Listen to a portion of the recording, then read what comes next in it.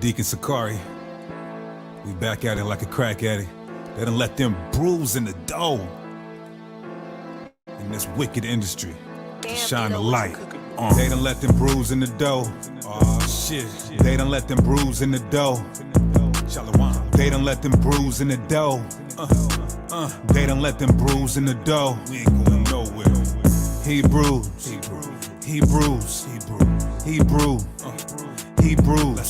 They done let them bruise in the dough. They done let them bruise in the dough. Look, Joe Biden need the free dark. Lo, the hell is wrong with dude?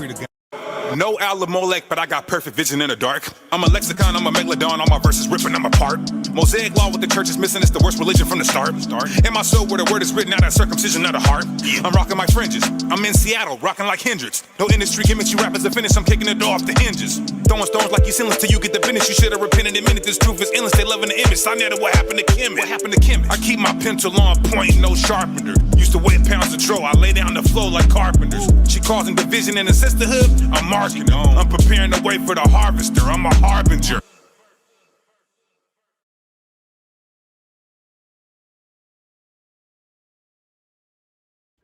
The whole armor, put it on. Deacon Sakari new clothing line launching right now, y'all. There's a sale going on. We got the most affordable prices, quality material. Stay brew dripping. Sisters get laced up. Children get buttered down. Brothers, go get on. At www.dawholearmor.com. Support Israelite businesses. Stay brew dripping. Shalom. Peace. Cops hop out, we bail on them. Leviticus, I like my fish with scales on them. Ask Chief Ephraim, he could vouch. We be putting in the work while you sitting on the couch. Camp haters quiet as a mouse. Yeah, already shout out to my brother Austin Trout. Just as a reminder, if there's doubt, I wear every single fringe, even when I'm in the house. Get all your truth music at deaconsakari.com. That's 9 albums. We even got a couple free for y'all. Support the cause, y'all. I see a lot of haters. I do it, what come with it. Rap game full of evil and sin, and I don't want none of it. They bite my style. They just want to take it and run with it. Sakari Varsity Online Academy, specializing in Hebrew apologetics. Come learn how to defend the gospel. Email sakariseattle@gmail.com. Limited registration. Sakari.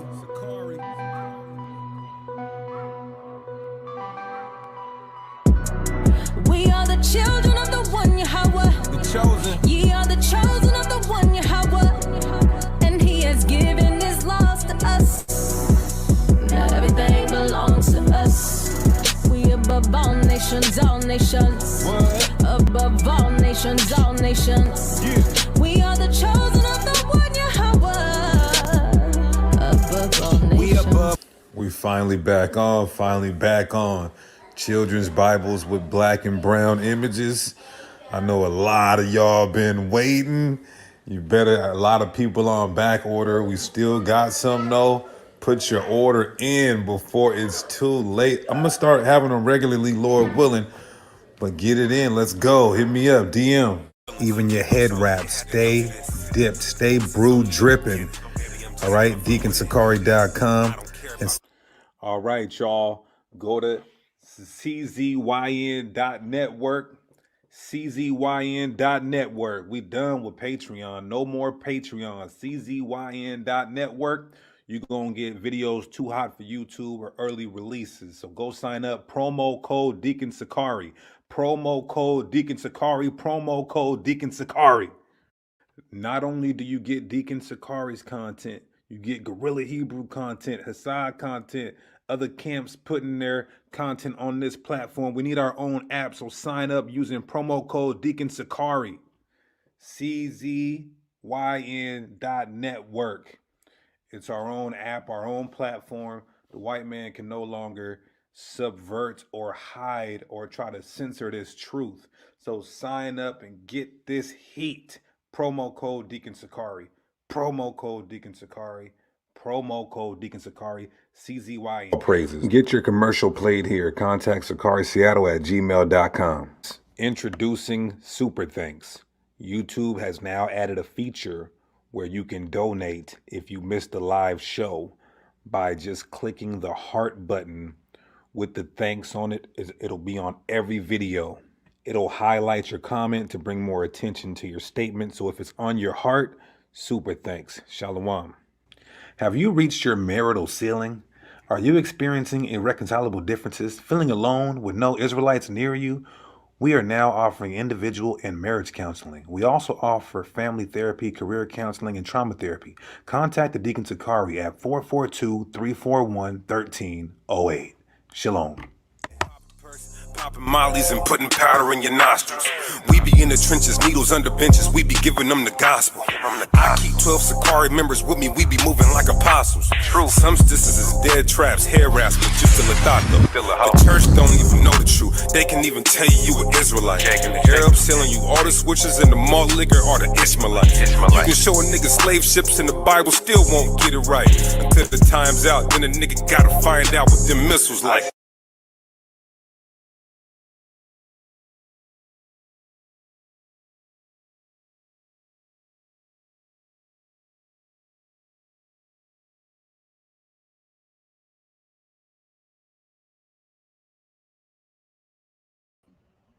All right, y'all. Mic check, mic check. So we are live.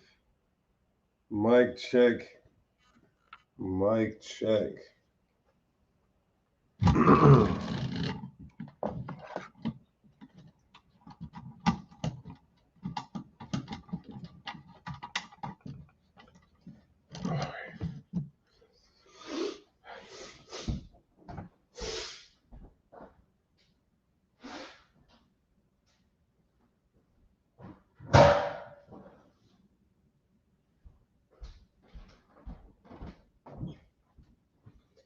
All right. Man, what a title. What a title and what a topic. What a title and what a topic. Can we all say that together? What a title and what a topic. What a title and what a topic. Do I sound like Dr. Umar Johnson? Man, I love Dr. Umar, man, but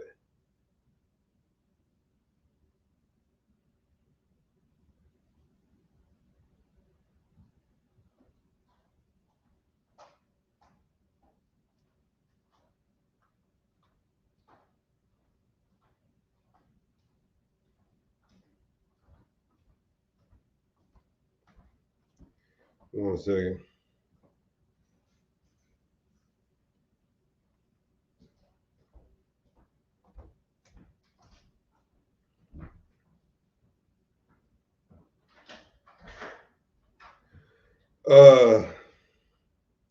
I love Dr. Umar Johnson, man, but the way he says things 3 times in a row, it really, really makes me not want to.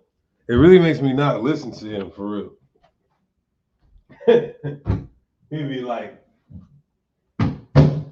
the Pan-African king. The Pan-African king. The Pan-African king. Or Dr. Umar, that is not justice. That is not justice. That is not justice.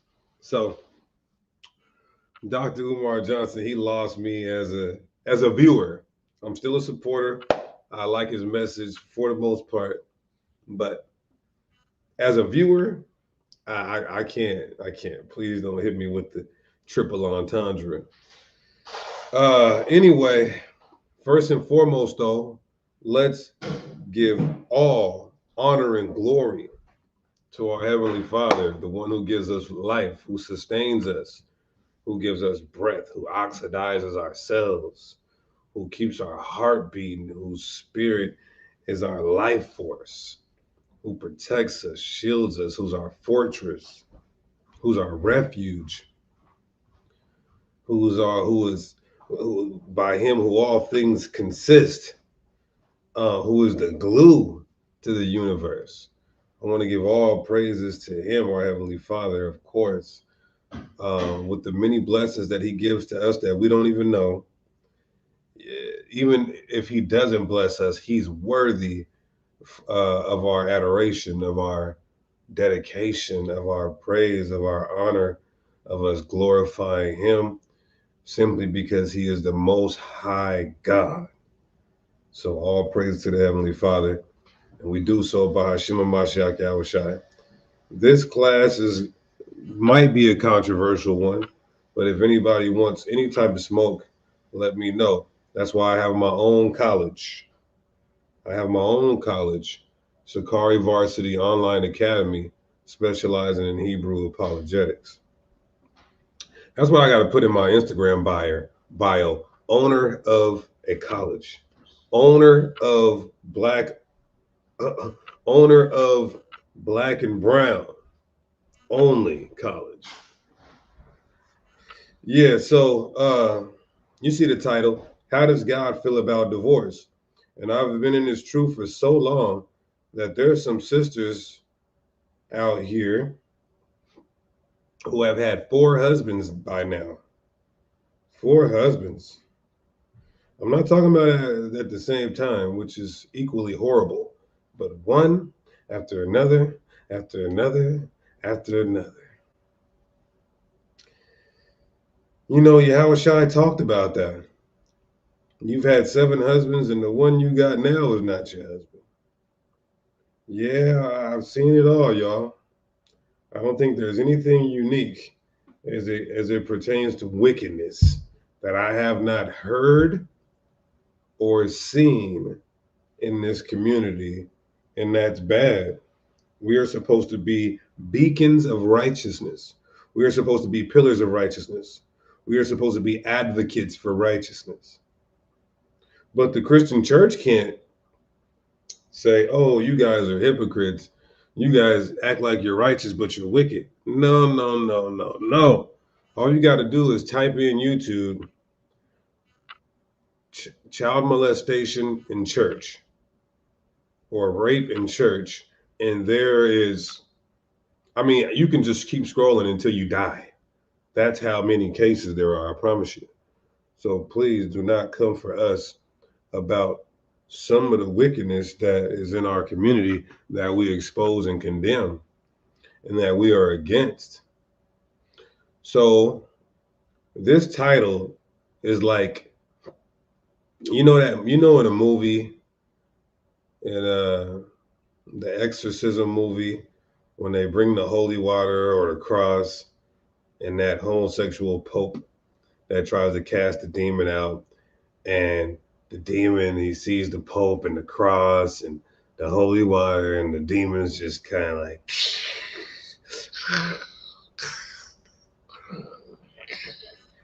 no. That's how, brothers, because I got to put everybody on blast here. I gotta put everybody on blast here, brothers and sisters.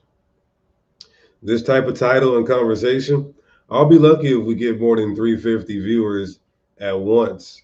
It's going to accumulate afterwards, but I'll be surprised if we get more than 350 viewers at once, because this title, a lot of brothers are guilty of it. A lot of sisters are guilty of it. So they don't want to hear the truth. They don't want to feel convicted. They don't want to feel condemned. Right? I told this story before. I had a sister. Oh my goodness. This is just absolutely horrible. This is just absolutely horrible. Can I be real with you guys? You know what?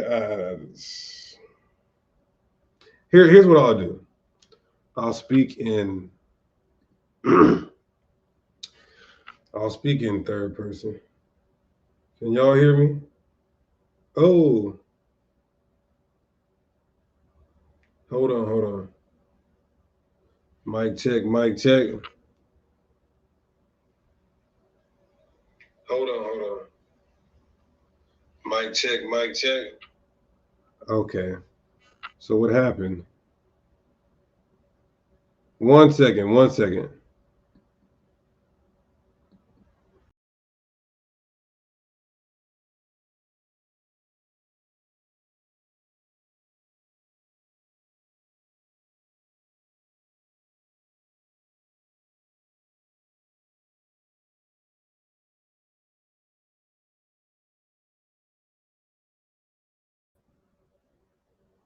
Okay. Now I don't know. I know when God is talking. And did you guys see how my camera went out? So my camera went out and I tried to click it back on and it wouldn't click back on. And usually when it does that, something's about to crash. So I had to leave out, unplug it, plug it back in real quick. But the fact that it did that right when I was finna say what I was about to say, I should not say it. You have to know when God is speaking. You have to know when the Most High is speaking. But I will say this, it's absolutely sad and horrible and evil and wicked, the type of things that go on in this community in leadership. All right. And I'll just leave it at that until the Most High compels me to bring it out. So hit that like button, everybody, before we get started. Hit that like button before we get started.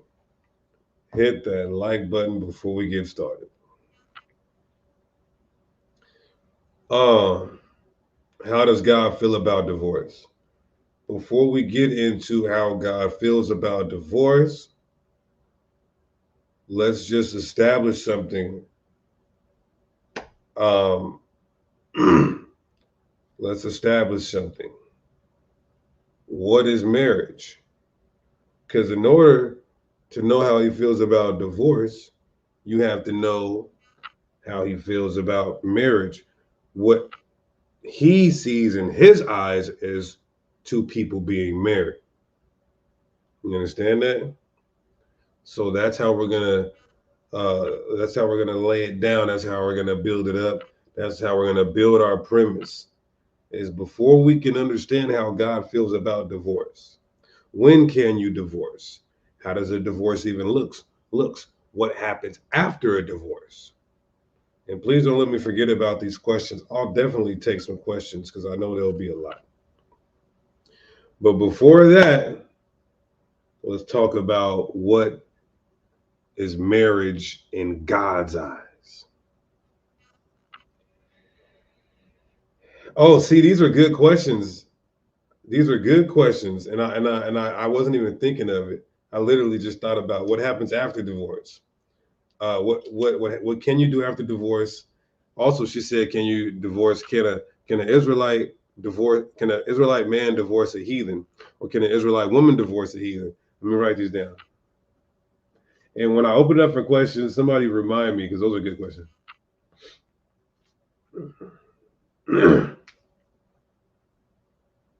Whatever questions you got though, because I don't feel like writing any more down. You write them down and ask me later.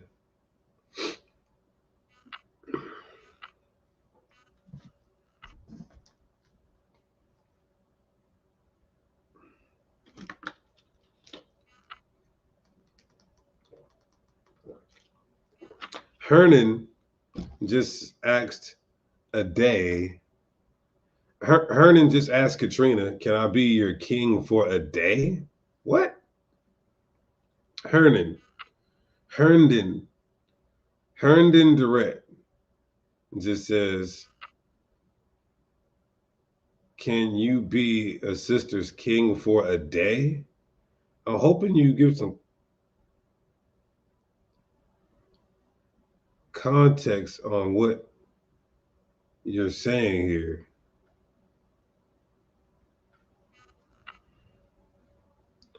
For one, my live chat is not Hebrew Mingles. I'm not finna be the one whose chat you guys are on, and then you guys end up coming together when I didn't ordain it, for one. And for two, when it fails, and fail it shall, you're not going to be saying, Deacon, I met the nigga on your chat. I thought he was righteous. No, listen, sister. If the nigga's in my goddamn chat, that don't mean he's righteous. That don't mean he's an Israelite. This could be a whole vocab alone. I don't goddamn know. And what type of sister? Now, this is going to turn into a goddamn shootout. Any sister who meets a brother in a chat, you have to be so disgusting and desperate to meet a brother in a live chat and then you end up married. The same with the brother. Like, you got to be a damn dirtbag. Listen, our marriages are failing because we're not approaching them properly with time, patience, wisdom, seriously inquiring. Okay, Herndon, I'm talking about everybody now, not just you.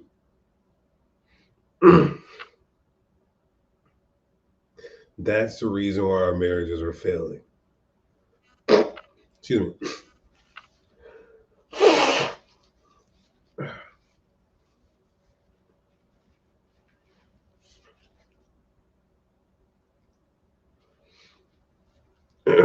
Now, online dating is different. I'm not saying you can't meet somebody good on online dating, but that is super rare.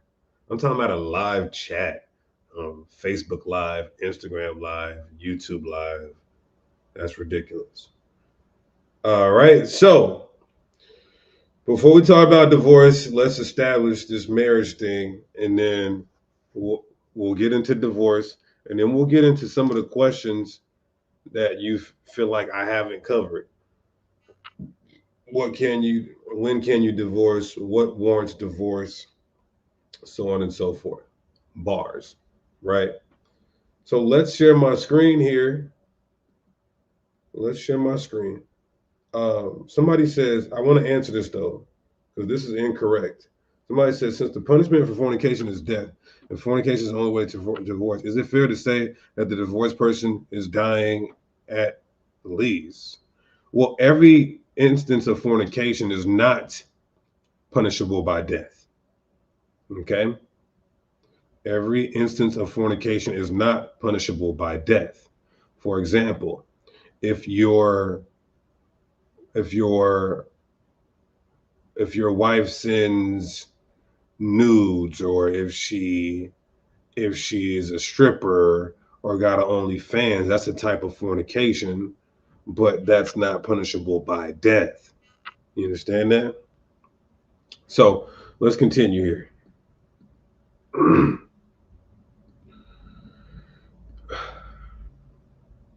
So we're setting the premise before we go through divorce.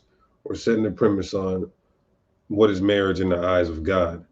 And marriage in the eyes of God is, I hope you're writing this down. I know a lot of people say sex is marriage. Sex is marriage, but that's not true. I'm going to get a lot of people upset here. I know we say sex is marriage, but that's not true. I'm going to explain. Because you can have sex with a married woman and you will not be married to that woman. Your head will be off your goddamn shoulders. So it's better to say, like the tribe of Issachar said, lawful sex is marriage. Lawful sex is marriage. You can have sex with a donkey. That doesn't mean that you are married to that donkey. Lawful sex is marriage. Everybody get that? Walk with me here. So lawful sex is marriage. And this is a question, because I wanted to debate, because there's some Israelites that say lawful sex isn't marriage. And we're going to get to there because they talk about the dowry of a virgin. It's called the dowry of a virgin. That means if she's not a virgin, you don't have to pay her father, dummy. And I say that respectfully because it's going on 2024, and these new Israelites just waking up thinking they know something. On top of that, certain Israelites say, oh, you have to have a piece of paper. And they're only saying that because they worship the white man. And in America, you have to have a piece of paper. Not every other, there's what, almost 200 countries in the world? Every country don't say you have to have a piece of paper. So there's Israelites who worship the white man so much, they say, no, this white society is the golden standard and authority of how everything should go in every civilization in every country in the world. You are perpetuating white supremacy, my friend. My friend, my friend, my friend. Right?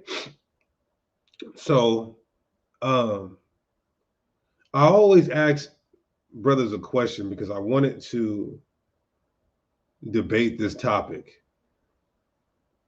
And I don't even want to debate it like an hour-long debate. So I guess maybe like I would take 10 minutes, 15 minutes. It's easily to debunk people's white supremacist ideology of what marriage is.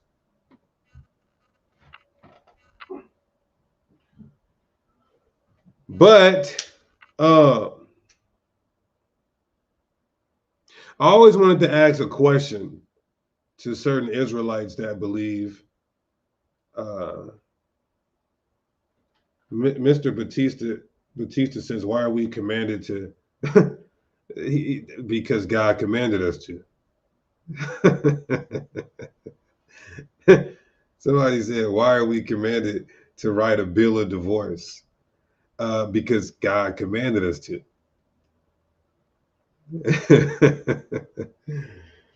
He's an Israelite that's using that's emotional.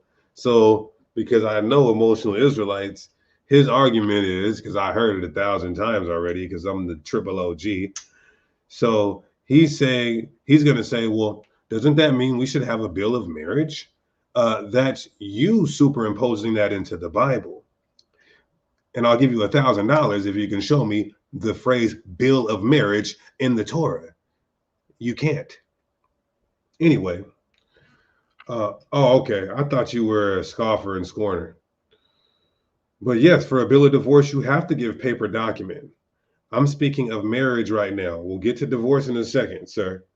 My apologies. I thought you were a scoffer and scorner. We're talking about marriage right now. We'll get to divorce after.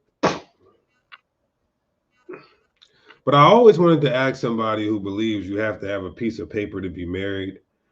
I always wanted to ask him this, everybody. Tell me, is this a good question? A good trap question for a debate? Does a piece of paper, I want you guys to answer this. Be unbiased. Don't just say, oh, we're going to take the deacon side. Be unbiased. Does a piece of paper make you one flesh?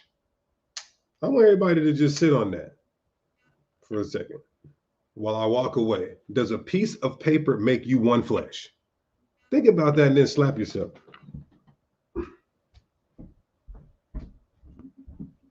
I'm plugging up my computer because I don't want it to die on y'all.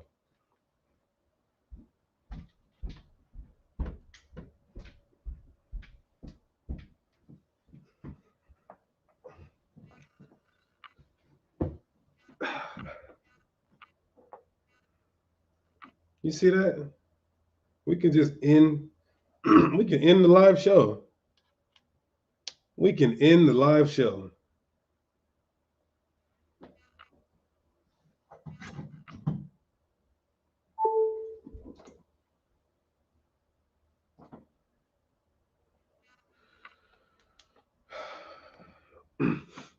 So a piece of paper does not make you one flesh with your partner. There's people who get married just for visas, who don't even have sex. Are they one flesh in God's eyes?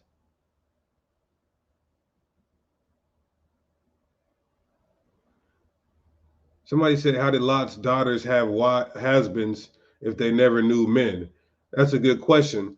It's called righteous deception. Lot was trying to say anything to get them nasty Hamites from trying to have sex with them angels. Very simple. So, now there is a case. I want to say this. I want to try to cover everything. There is a case where you are acknowledged as being married. No, not. Okay, let me rephrase that. When you are betrothed, meaning you're promised to this woman, adultery can happen if a man has sex with her because she is betrothed to you. That's an instance of when adultery can happen before two come together. Just wanted to put that out there. But the Bible is clear. You become husband and wife when you become one flesh. This is all the way back in Genesis. A male, have you ever heard of a mail ordered bride? Have y'all heard of a mail ordered bride? Yes, it is just like how it sounds. A mail ordered bride. Okay. I'm not saying anything is wrong with the legal document. I'm saying that doesn't acknowledge you as being married in the eyes of the creator of the universe. That's what I'm saying. And if you have to feel, and if you need that to feel like, oh, because my sister has it, oh, because my mama had it, oh, because my girlfriend had it, got it, I want to feel validated. That piece of paper ain't keeping that nigga's dick in his pants.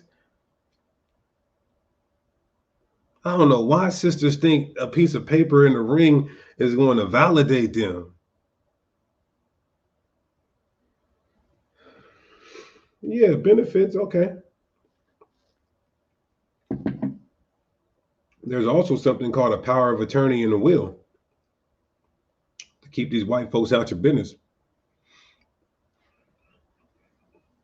So, Genesis chapter 2, verse 24. Genesis chapter 2, verse 24. Therefore shall a man leave his father and his mother and shall cleave unto his wife. That means join together. And they shall be one flesh. The one flesh is when you have that intercourse. A piece of paper does not bring you guys together bodily as one flesh with that soul tie via intercourse. That's it. So if you're just now tuning in, before we get into divorce, we got to go into what marriage is. Here's what an Israelite favorite. Nobody can get around this. Genesis chapter 24, verse 67. Genesis chapter 24, verse 67. And Isaac brought her into his mother Sarah's tent. This wasn't in the white man's cathedral. This wasn't in Ebenezer Mount Baptist Church of Zion down there on Crenshaw. This wasn't in the Potter's house with TD Jakes. They're in a teepee, and she became his wife. What happened in that little ass tent that made them become husband and wife? Was there an old decrepit cracker in there with a big robe on, with a cross, with a broom? Huh? That said, I now pronounce you. No. He went in there and he told her, toot that thing up, mommy, let it go.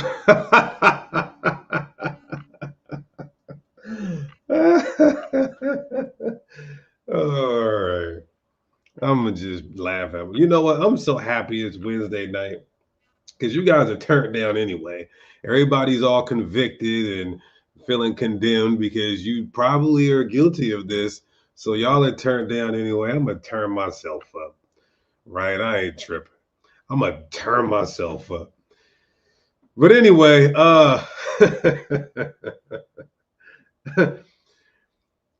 Genesis 24:67. And Isaac brought her into his mother Sarah's tent and took Rebekah. All the times where you see took, he took. Now, he didn't take it like Jeffrey Dahmer and damn Ted Bundy type situation. He didn't take it like that. He didn't take it like a filthy, disgusting troglodyte, okay? He took it like a woman wants to be taken, all right? Take it like a woman wants to be taken. So when you see this phrase, and took her, there you go. Now, it's so crazy. We got to be the Israelites, right? Because even in today's time, niggas and females be like, hey, I took him down. What Glorilla say?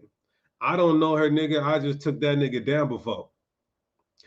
Ask me how I know Glorilla's song, because most of Sakari are young men, and we are relatable to the young men. I have to listen to this music. I have to watch these chicken shit shows and TV shows so I know what these kids like, so that we can reach them and not be irrelevant. I like some of the beats of those songs, though. I'm not going front, me being an artist myself. But that's how you know we are the Israelites. The same lingo the same lingo that we're slanging now was the same lingo we were slanging back then. So just keep in mind, when you see that phrase and took her, that means there was sexual intercourse involved. And then what happens after sexual intercourse involved? She became his wife. Right? I'm glad somebody put 2 Samuel 3:14. No, he didn't commit adultery again. I have that pulled up. Ain't that crazy? Why would you even say something like that? I have it right here. I'm going to talk about that in a second.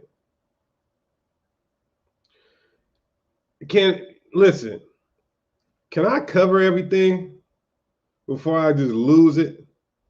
See, back then, so many Israelites used to be mad at me because it was different. I was different. But now I develop patience. But sometimes I feel something. And that's the Deacon Hakah from 2010 trying to itch and scratch and crawl and get out. Because you guys just let me run through these real quick, and then I'll open it up for any and all questions. All right? So keep in mind what took means. All right? And she became his wife, and he loved her, and Isaac was comforted after his mother's death. All right?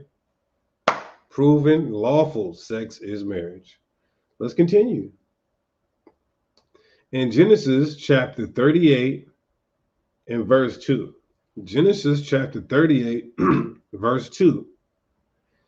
And it says, and Judah saw there a daughter of a certain Canaanite, whose name was Shua, and he took her and went into her. You see that?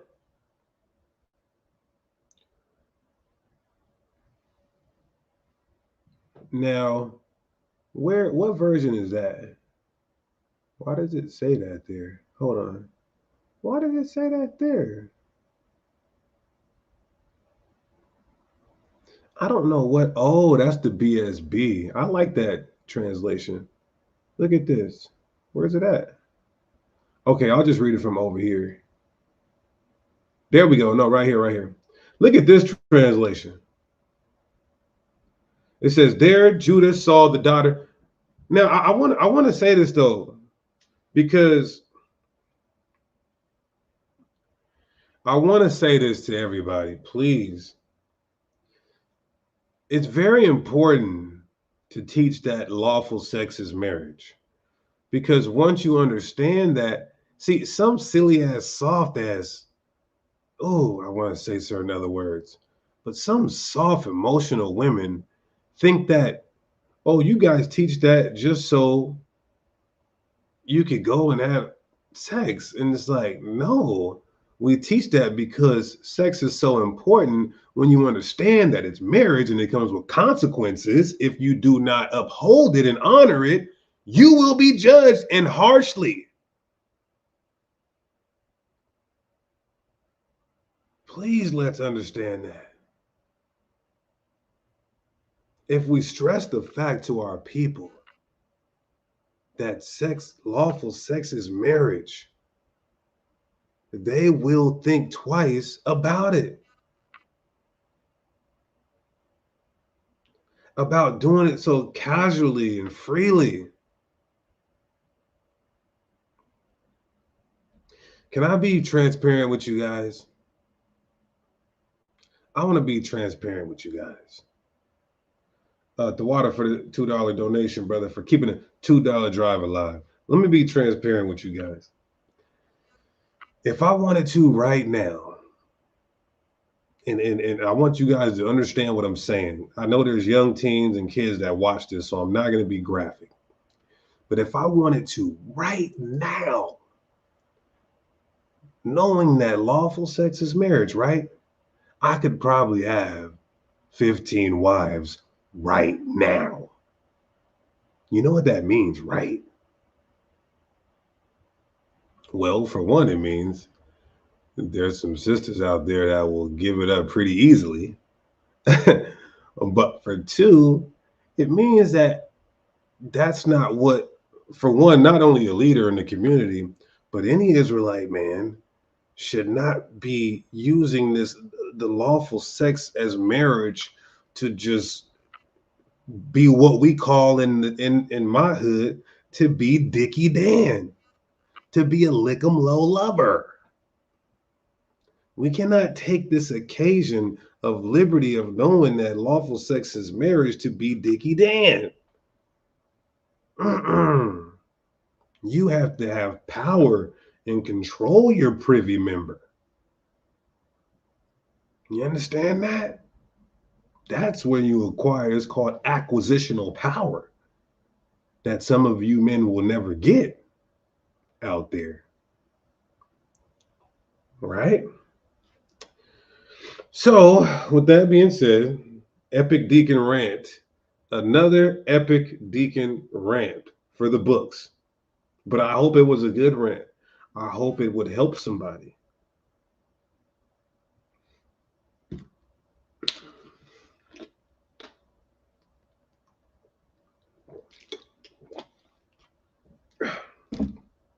And people still asking questions. You don't think I know about Tobit 7 and 14? Wait, hold on. The light. Whoever the light is that a man or a woman? Oh, that's a man. The light. You don't think I'm about to address Tobit 7 and 14? And the fact that, brother, I gotta call you out. You lied. You said marriage license.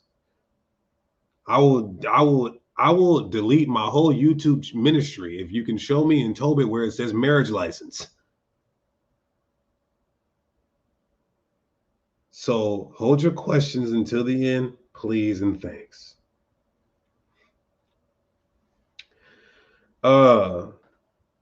Now, look at the BSB translation of the Bible, of this verse, Genesis 38 and 2. The Berean Standard Bible. There, Judah saw the daughter of a Canaanite named Shua, and he took her as a wife and slept with her. As you can see, taking her is the sex part, which in turn makes her become your wife. Very simple.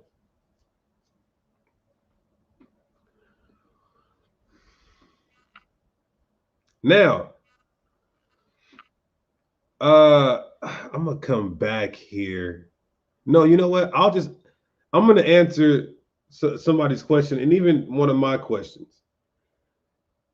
Can an Israelite man? No, so sex is even marriage when you marry or when you have sex with a non-Israelite. All right. When you have sex with a non-Israelite, that's still marriage. I'm going to show you right here. Now, some might say, oh, I'm not condoning that. Only marry Israelites. My wives are Israelites. All right. You guys don't even know the type of person I am outside of this Israelite world when it comes to how I act towards heathens or what I might do to them. And I'm not even going to bring that to the YouTube ministry.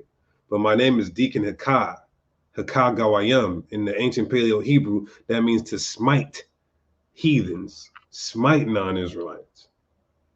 That's a couple niggas close to me, how we get down on the Gentiles.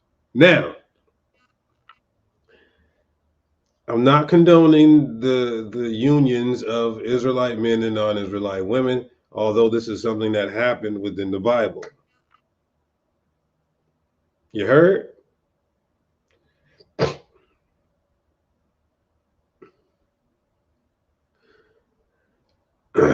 Outside, let me clarify. So when Moses wrote the law, or Moses was given the law, rather,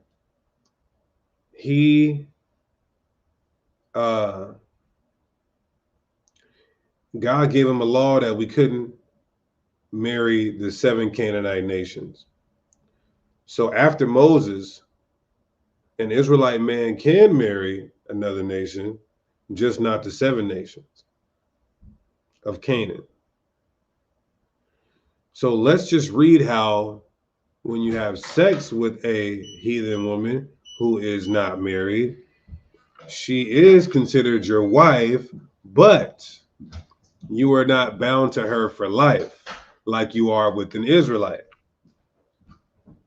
Let me say that again for those who went to public school. In the Bible, in the Torah, the Israelite man, when he has intercourse with a non-Israelite woman, she is considered his wife, but he is not bound to her for life like he's bound to an Israelite for life. Considering, of course, that Israelite woman not committing adultery, fornication, you know what I mean? So if the Israelite woman never commits fornication or adultery, I'm sorry, fornication, because fornication is all unlawful sex acts. All unlawful sex acts. Damn.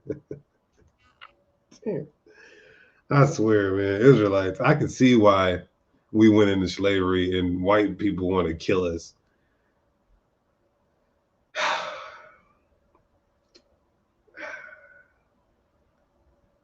You know, I've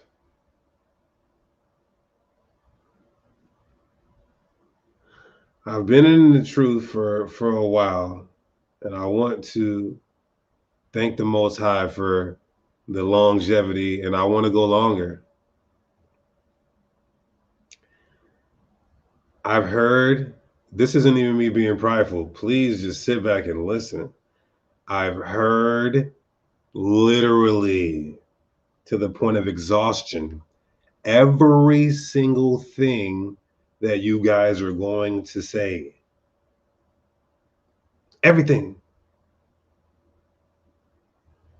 That's not even pride, that's experience. From debate, from dialogue, from engaging, from presentations, from lessons. So let me finish going through these lineup of scriptures, and then you can ask all your questions. Thank you. So Deuteronomy 21:10, when thou goest forth to war against thine enemies, and the Lord thy God have delivered them into thine hands. These enemies are non-Israelites. Duh. And thou hast taken them captive, right? And seest among the captives a beautiful woman, and has desire unto her, that thou wouldest have her to thy wife. So when we conquer heathen nations, we see a woman we like from there, you want to wife her out. This is what you got to do. Verse 12. Then thou shalt bring her home to thine house, and she shall shave her head and pare her nails. And she shall put the raiment of her captivity from off her, and she shall remain in thy house, and bewail her father and mother a full month. And after that thou shalt go in unto her, and be her husband, and she shall be her wife. So in this instance, we see lawful. This is sex being marriage. He's going, he says, when you go in unto her, when you penetrate, when you thrust,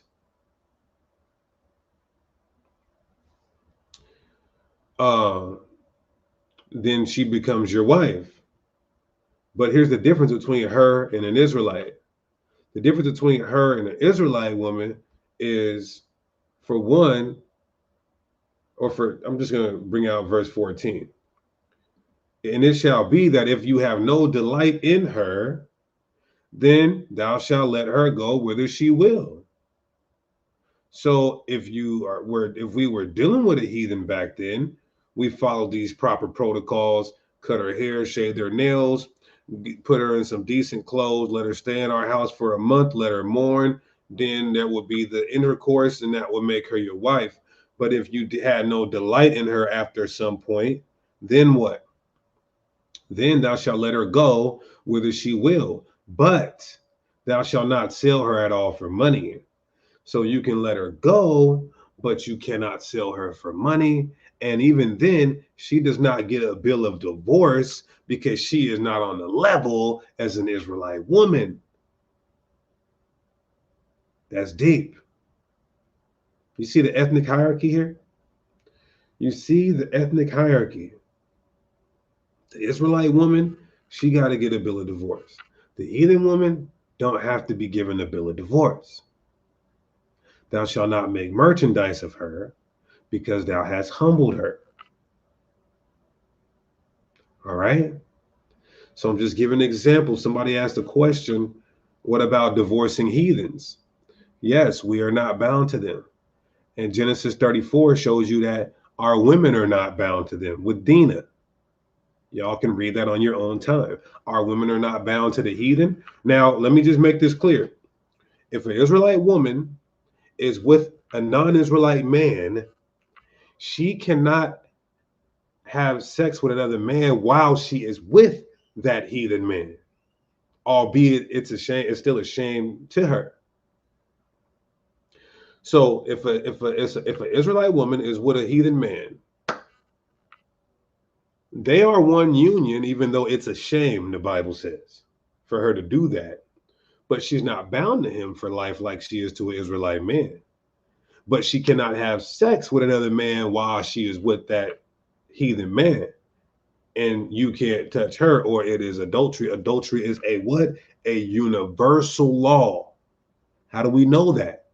Because that heathen king tried to take Abraham's wife, and the heathen king even said, why did you almost make me commit a great sin? Because John the Baptist told Herod that he should not have his brother's wife, and that's what got his head cut off. Fornication is a universal sin for all people. Homosexuality is also fornication, which is why God destroyed Sodom and Gomorrah, even though those weren't his covenant people. Somebody gonna learn something today, I'm hoping. So let's continue, right? Moving on. In the case with Ruth, remember I told you, when you see that word, and he took her, and he took her, and he took her. In the case with Ruth, in chapter 4, verse 13, What does it say again? So Boaz took Ruth, and she was his wife. That's what constituted the marriage. The penetration. Right?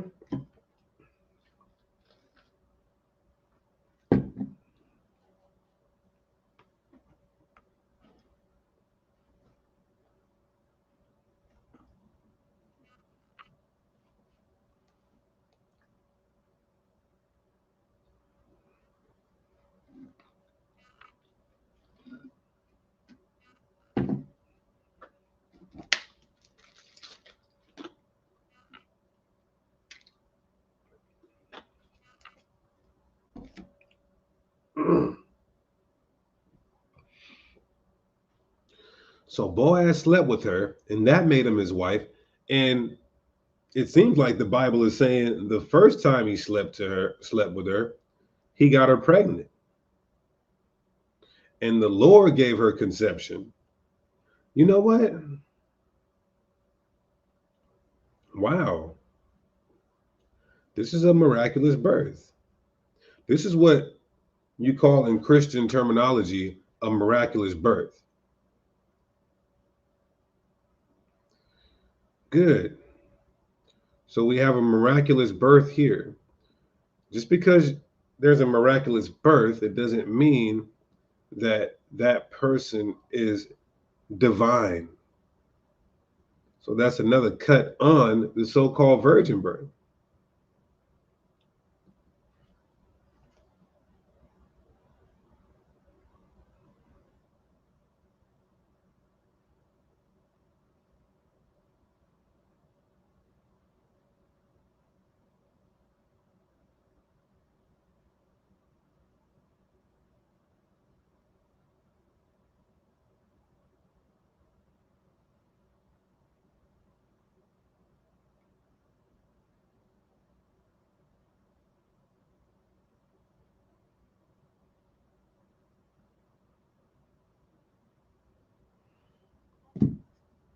My apologies. So, another example of lawful sex being marriage. There goes a Sakari Varsity student right there. Where are all my Sakari Varsity students at? Online Academy, specializing in Hebrew apologetics. Hit that like button. Here's another example of lawful sex being marriage. Hosea 1:3. So he went and took Gomer. What did he do? He took her. He took her. The daughter of Diblaim, which conceived and bare him a son. That's what happened. Was that for all you silly Christians? Was that fornication? The prophet Hosea committed fornication? Because in this verse, it don't even say she became his wife. It just says he took her, he slept with her, and she conceived and bare a son. Oh, no, my bad. It does in verse 2. No. Okay, so let me get the whole context. My bad. It hit different. It hit different. It hit different when you get the whole context. Look at verse 2. The beginning of the word of Hosea, what did he say? He said, go take unto thee a wife of whoredoms. So he told him to go take a whore, a prostitute. Is that bad? Was God telling the prophet Hosea to do something wrong here?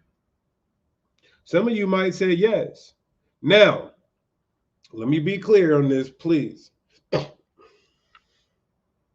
He's not going to buy a whore in the sense of how people do. No, I'm not saying that. She's a prostitute.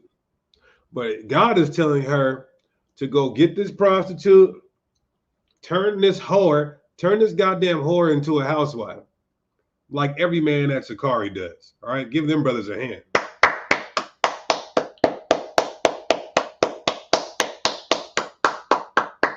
Get them brothers a hand who are turning whores into housewives, because that's what it's about. Because technically, from a Hebraic point, a woman with multiple partners is a whore. So we can't just leave them out. You may have 2-3 partners. We can't just leave you out. We got to turn these whores into housewives, man. You see? So that's exactly what our forefather is doing here in Hosea. God is telling him that there's a woman who's an actual professional whore. Now, you got some whores who are just tramps. They're just sleeping around. Then you got whores who are professional whores who are getting paid to give up the box daily as a transaction. You understand that? I'm talking about Sepulveda. I'm talking about Figueroa. I'm talking about Aurora. I'm talking about we in the middle of the blade, right? I'm talking about sitting her down on a razor blade with nothing but a Gatorade.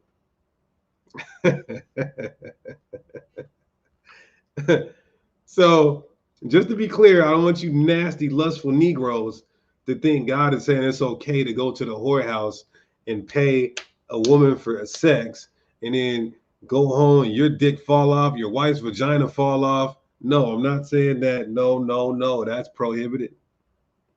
He's saying, and when you read later on, he really takes her off the blade and in the house and fixes her, and he's really with this woman, right? So he says to take her to wife, right? He says to take her to wife, but how does, in the very next verse, so God says, go take her to be your wife, right? Now, how did he take her to be his wife? Verse 3. So he went and took her.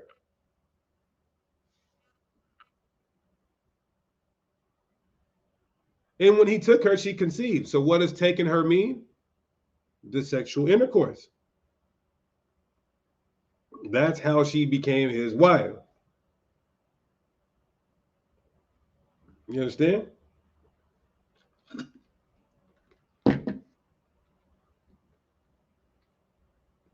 So, again, before we get to the divorce, we're just building our premise on what is marriage in God's eyes. You can't know one without the other. Now, in Exodus 22,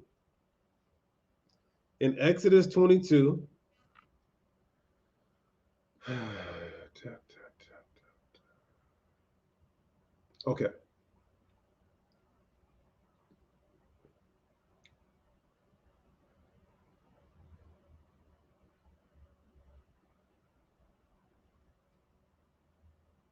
Mm-hmm. Okay, yeah. Exodus 22. Yes, I'm gonna open it up for questions because I know you guys are itching and scratching, and Tobit Sevens and Diaries of a Virgins, and is when I'm in cry, I heard some sisters say, she got more bodies than damn. I don't know any porn stars anymore. But whatever porn star was like the most famous, some sisters will come into the truth and say, oh, she done got more porn bodies than the most famous porn star, but she's now born again. So that means she's a virgin. So therefore she should get a dowry. No, you should just have a seat, really. All right. Imagine that. Imagine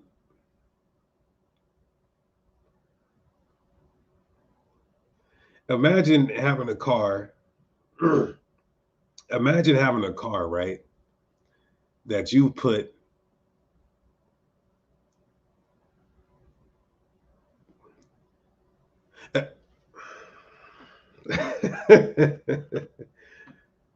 Do you guys know, right? I was looking into buying a semi truck. Of course, that didn't happen because that's a lot of money. But Lord willing, maybe I could try to get into it. But I was looking into buying a semi truck. I did not know. Of course, it made sense. Duh, they're driving across the country. Semi trucks, man, bro, they could go up to like some of you truck drivers out here. How many miles can a semi truck get on it before major damages?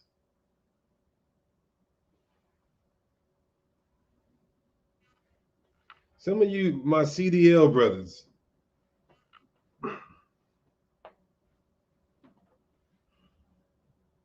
Some of my CDL brothers, help me out. Over 1 million, huh? Yeah.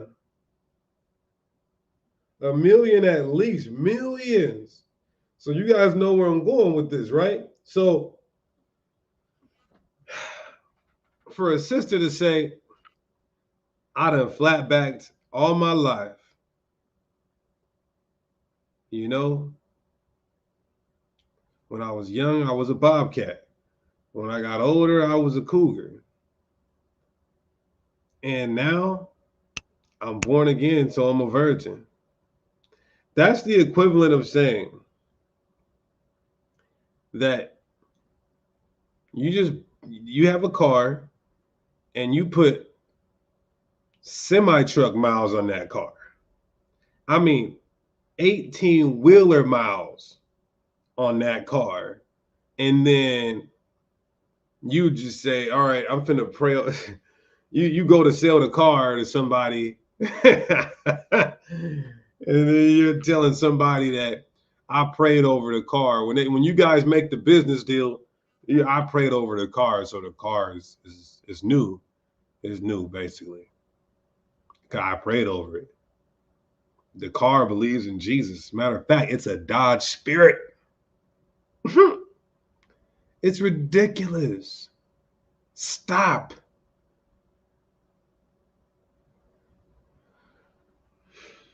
All right. Where was we at?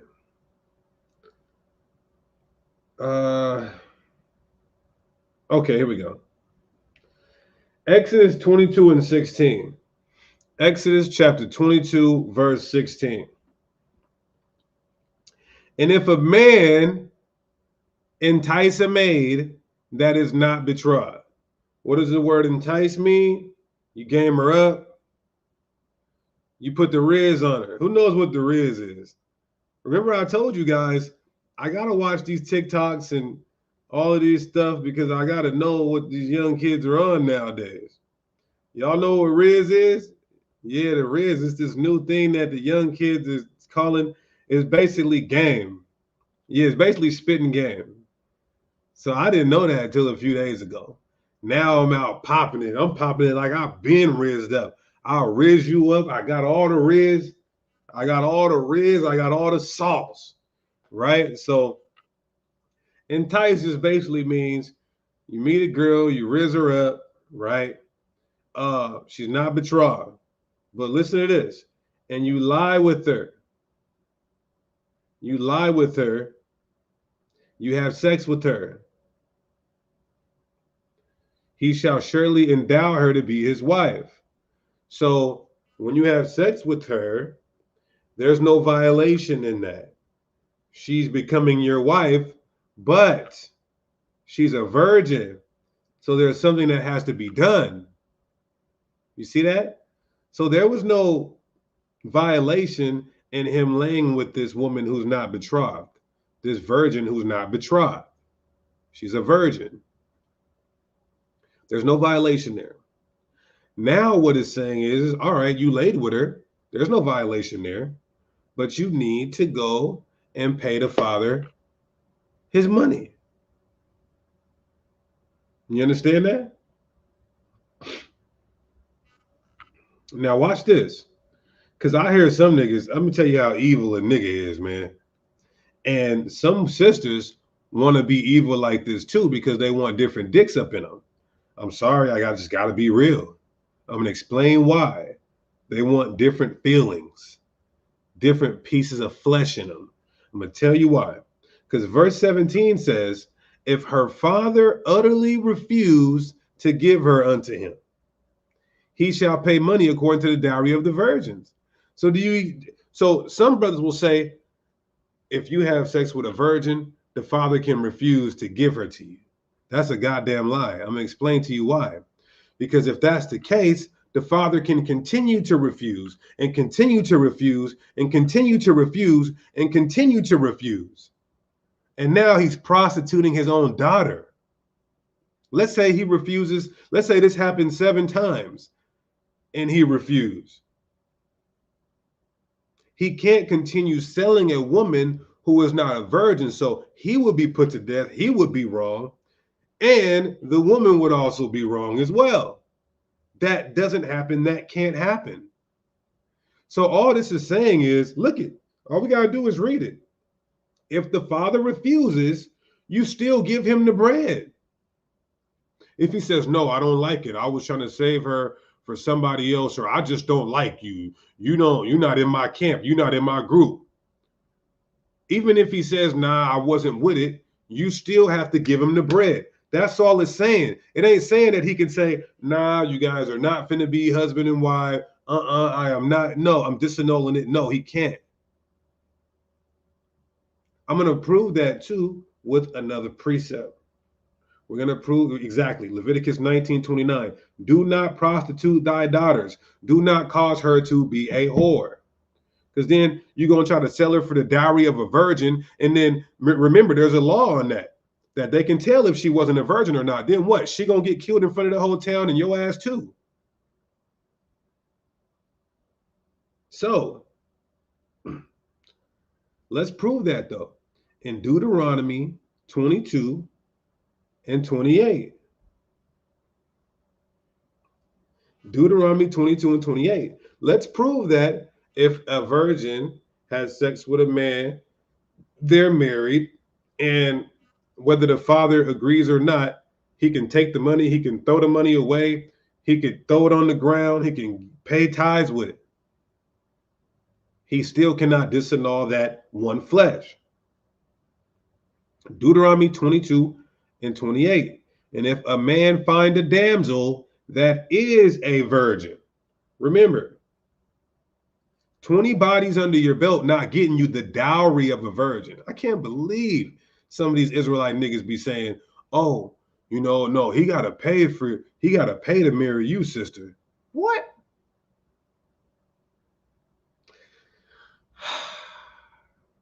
Listen, like I said, we're turning hoes into housewives, but we're not finna pay the dowry of a virgin. And that's the most respectful way I'm going to say it. It's not biblical.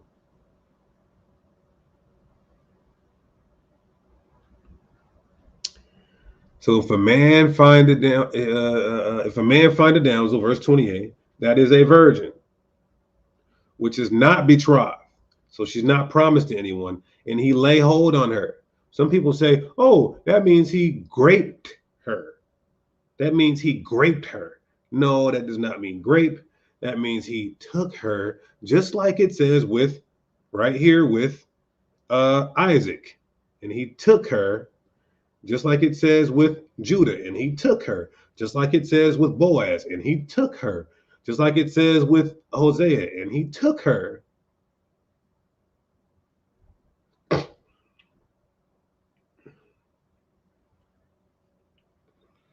So it says, and lie with her, and they be found. Watch what it says. And remember, he didn't pay the father no money yet. He did not pay the father no money yet. Then the man that lay with her shall give unto the damsel's father 50 shekels of silver, and he shall be his wife. So you still got to pay whether the father accepts or rejects. Either way, she's still your woman. She's still your wife. And remember, this is in the case of a virgin. I dare a woman 30 bodies under her belt say, my father said we can't we can't continue with this marriage after we had according to, and then try to say it's according to the Bible. No, it's not. The Bible's clear. The virgin. It's literally called the dowry of a virgin. Now, I will say this. Here's a body blow. There's only one time where money came with purchasing a wife, and she was used already, and that's Ruth, because she's a Moabite. Nowhere in the Bible can you buy an Israelite woman who is not a virgin. That, my friend, is prostitution. So, and he shall, because he has humbled her, watch this, he may not put her away all his days. Where's the kids at? Oh, it's hot now. It is hot in this home. Let's give that heat a break. I'll do it.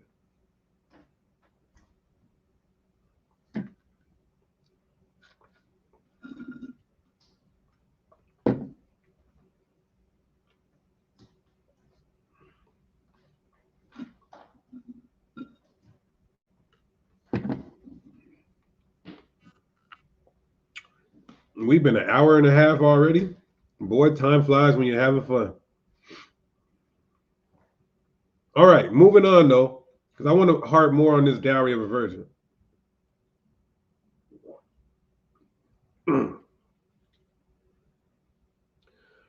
In 1 Samuel 20. In 1 Samuel 20 and verse 25. Look at this. And Saul said, thus shall ye say to David, the king desireth not any dowry, but 100 foreskins of the Philistines to be avenged. So King David had to pay the dowry of a virgin to Saul. By way of what? 100 foreskins of the Philistines. Now, what Saul was trying to do was get King David killed. It didn't happen though. So it's expressed here in 2 Samuel 3, verse 14 to 16, I believe, which a brother asked earlier. And David sent messengers to Ishbosheth, Saul's son, saying, deliver me my wife, Michal, which I espoused to me for 400 foreskins of the Philistines. And Ishbosheth sent and took her from her husband, even from Pelaeth, the son of Laish. And her husband went with her along, weeping behind her to Bahurim. Oh, that's why the brother said that. Okay, no, that's a great question. He asked, did King David commit adultery twice?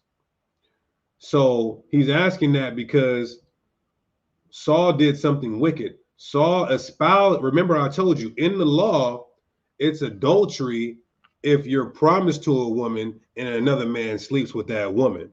So that's the case here. She was already King David's. So she's not at fault. David's not at fault.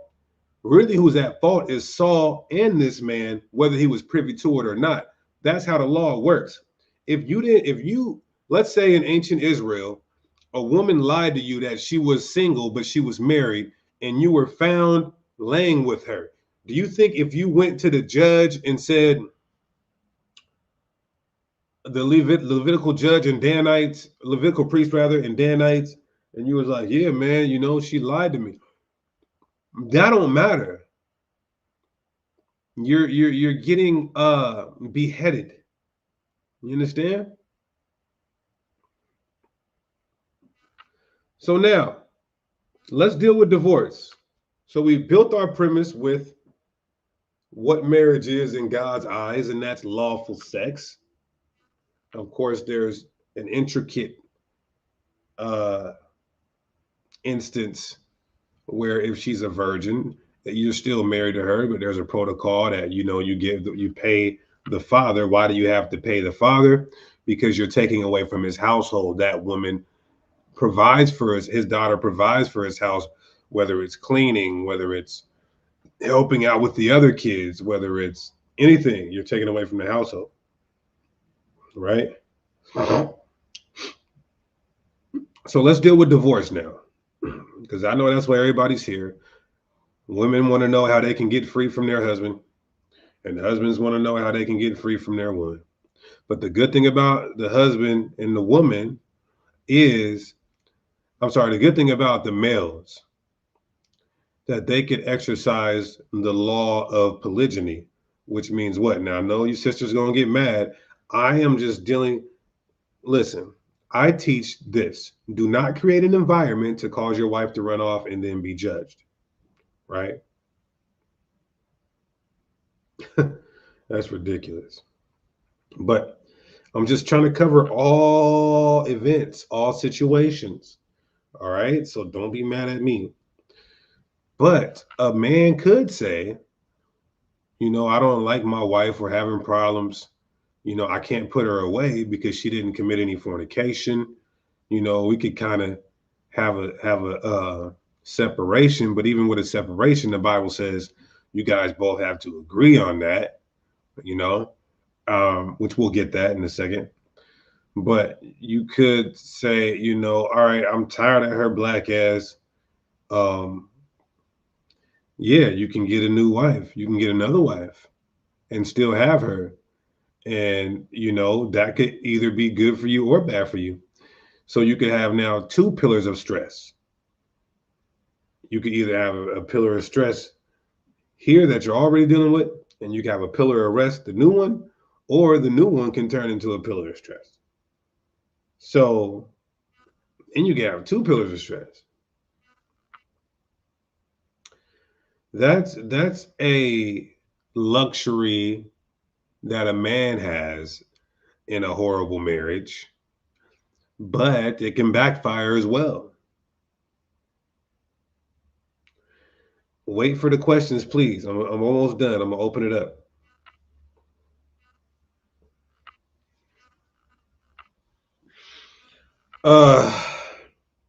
Malachi 2:16.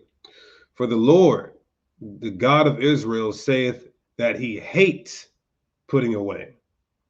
He hates divorce. I want you guys to know that. The Lord hates divorce.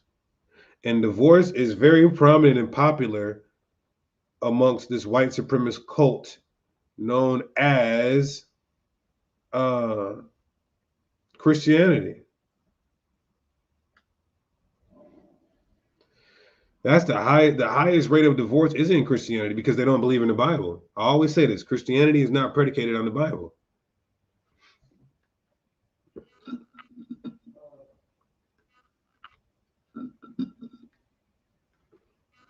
Somebody asked me, what's in this cup? Man, mostly berries to oxidize your cells. Once you oxidize your cells, that opens up your lymphatic system. And your lymphatic system replenishes and heals any damage or repairs that your body needs and reverses the irreversible. Is there anything wrong with me? No, but let's be preventative instead of waiting until we do have a health issue, then try to get healthy.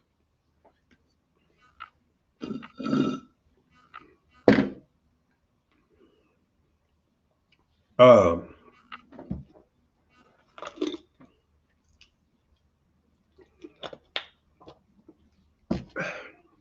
right. So when can you divorce? What can you divorce for, basically? Yes, we do have a natural herbalist in Israel. Hit me up on my email. All right. For you sisters who are trying to bail out, for you brothers who are trying to bail out, Deuteronomy 24 lets you know when you can bail. All right. It says, when a man have taken a wife and married her, and it come to pass that she find no favor in his eyes, because, not just because she doesn't do the dishes, not because her breath may stink sometimes, this is true, Not because she might have, her edges ain't done right sometimes. Um, she overcooked her chicken.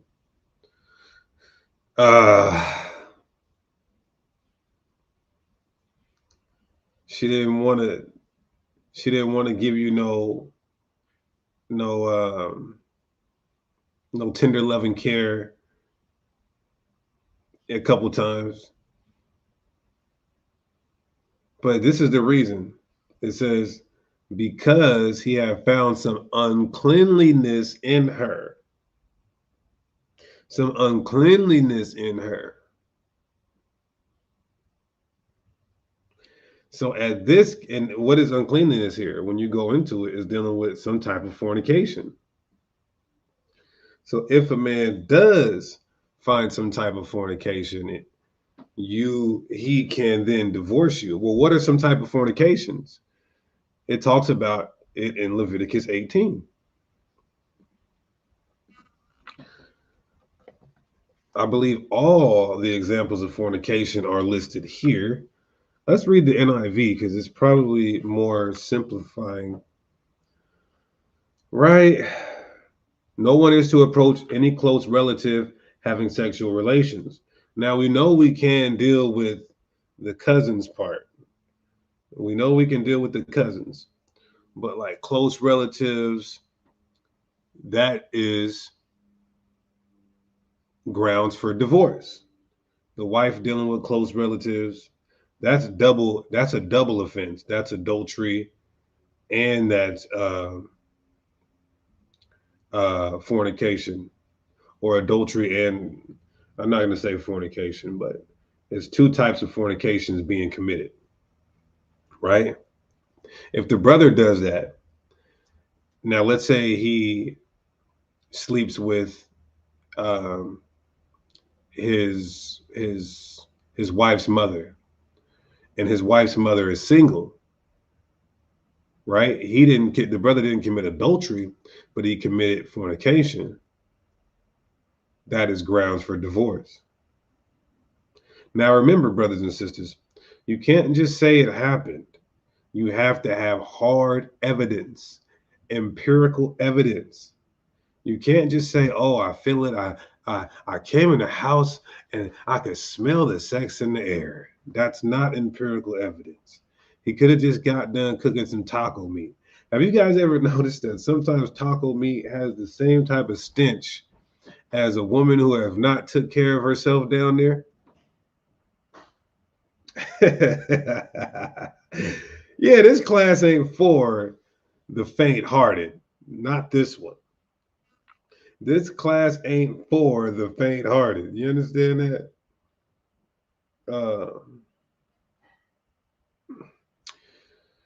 So let's read some more.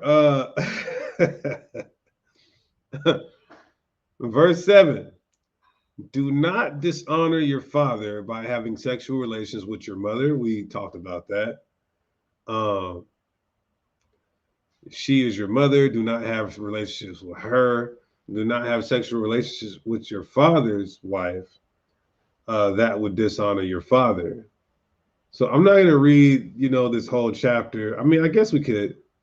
I'll try to go through it quickly because I know there's a lot of questions and I want to get to them. Okay, so are your father, your mother, your sister, your father's daughter, your mother's daughter, whether she was born in the same house or not. So like if you have a dad and you have a sister, if you have a sister who has the same mother but not the same father, that's prohibited, of course. And if you have a sister who may have the same father but not the same mother, prohibited.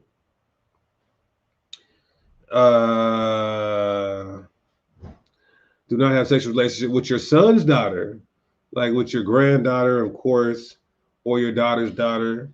That would dishonor you. Sexual relationship with the daughter of your father's wife.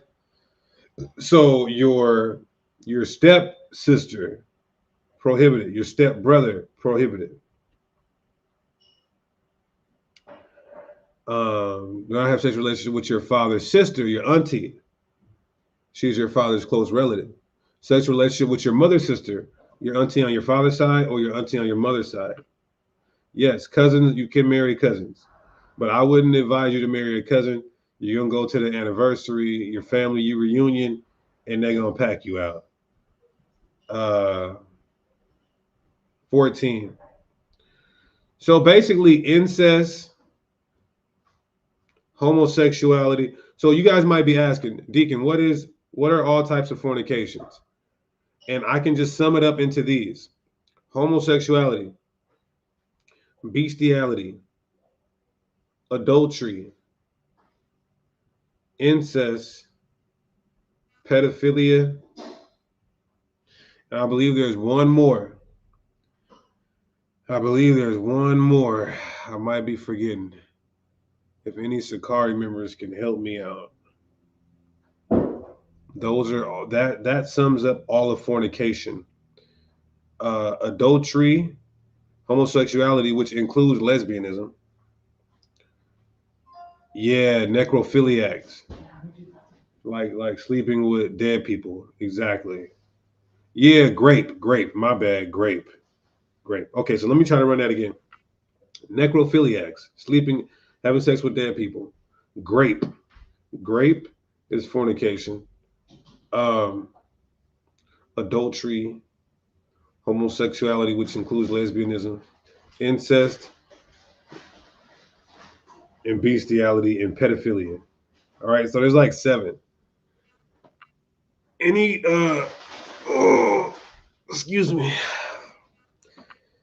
of those, a man or a woman. See, some of those are worthy of death, though. Some of those are worthy of death, and some may not be.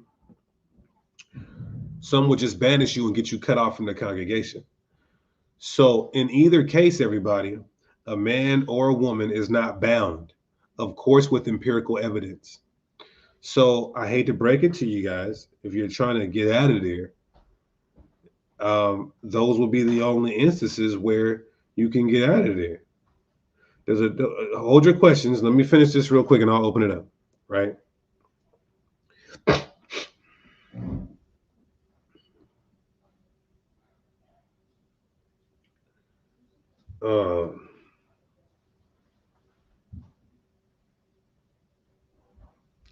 Somebody said, is self-pleasure sin?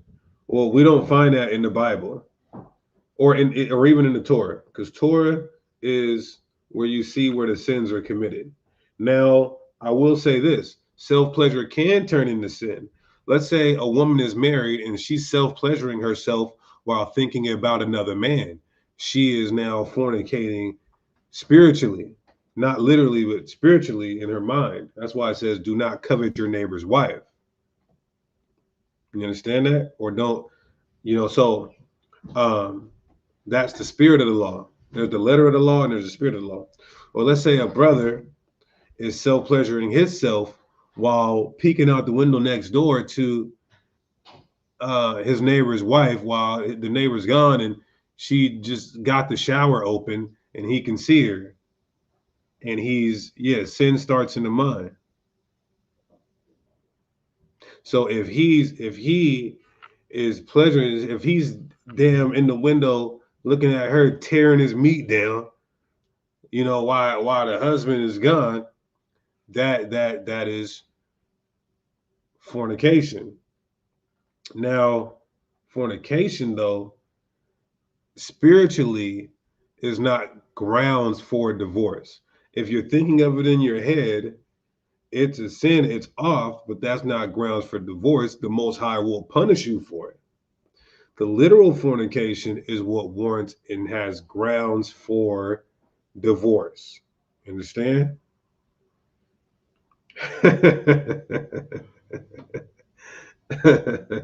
This is an all-time great class. Can we agree that this is an all-time great class? This has to be literally top 5 out of my 15 years damn near, right? No, Arnon was destroyed not because his seed fell to the ground, but because he was supposed to put that seed in her to raise up seed for his deceased brethren. All right, so all right, Matthew 5 and 32. All right, this is going to further prove the only times that we could divorce. Matthew 5 and 32. Now, look, you guys can do whatever the hell you want to do. You can divorce because the nigga didn't make a paper airplane right. I don't care. But the fact of the matter is you will for surely be judged and harshly for it, because that is not a light sin. The Bible says there are sins that are not unto death, and then there are sins that are to death. You can say to hell with God in the Bible and divorce. That don't mean he's not going to give you that harsh punishment. I remember a woman told me she'd rather go to hell than to share me.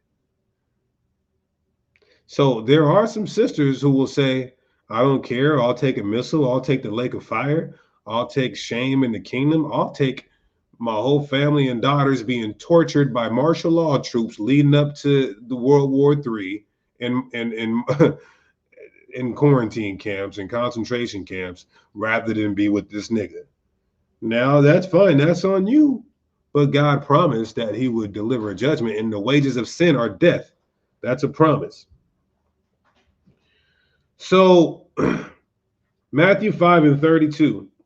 Matthew 5 and 32. It says, but I say unto you that whosoever shall put away his wife, saving for the cause of fornication. Remember that? So only for fornication. So some camps are teaching that, oh, spiritual fornication applies to this as well.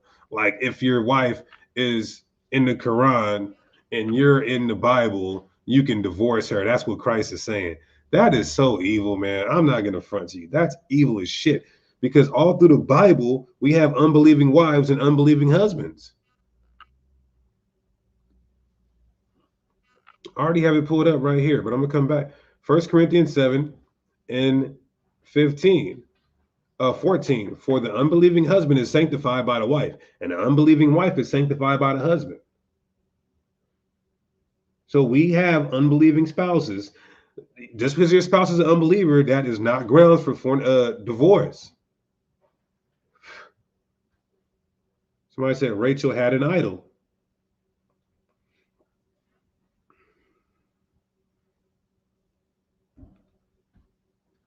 So if your Lord and Savior in the Lord, okay, and our Lord and Savior is just saying the same thing as Moses. You can't divorce unless there's some type of fornication. And if you do, you cause her to commit adultery. And it's the same, it's vice versa. Sometimes you might say, well, why doesn't it say the woman here? That's just like when it says man shall not lie to another. These laws are unisex. Unisex.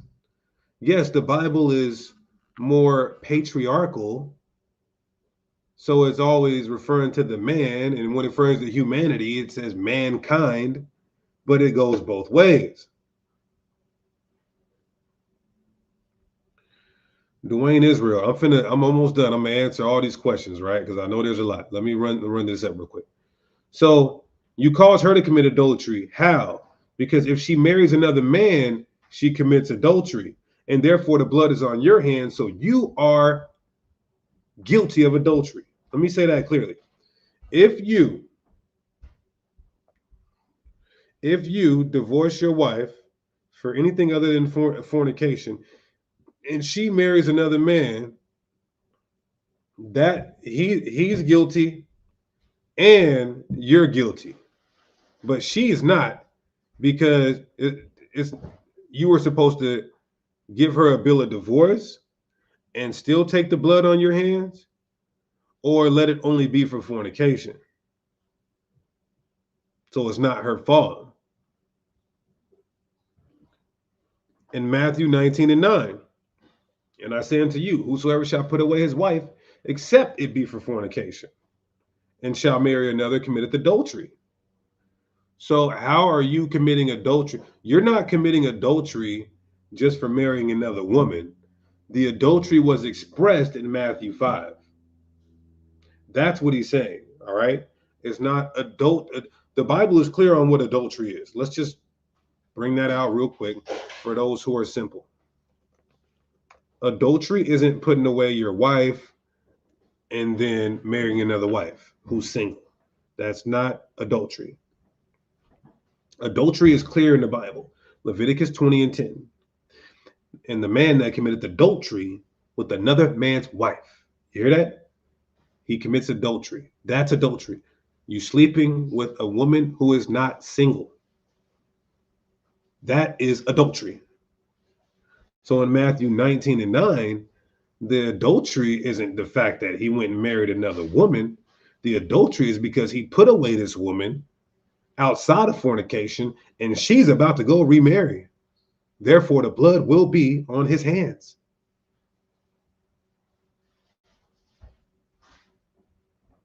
Now, some of you Israelite sisters are going to love me for this.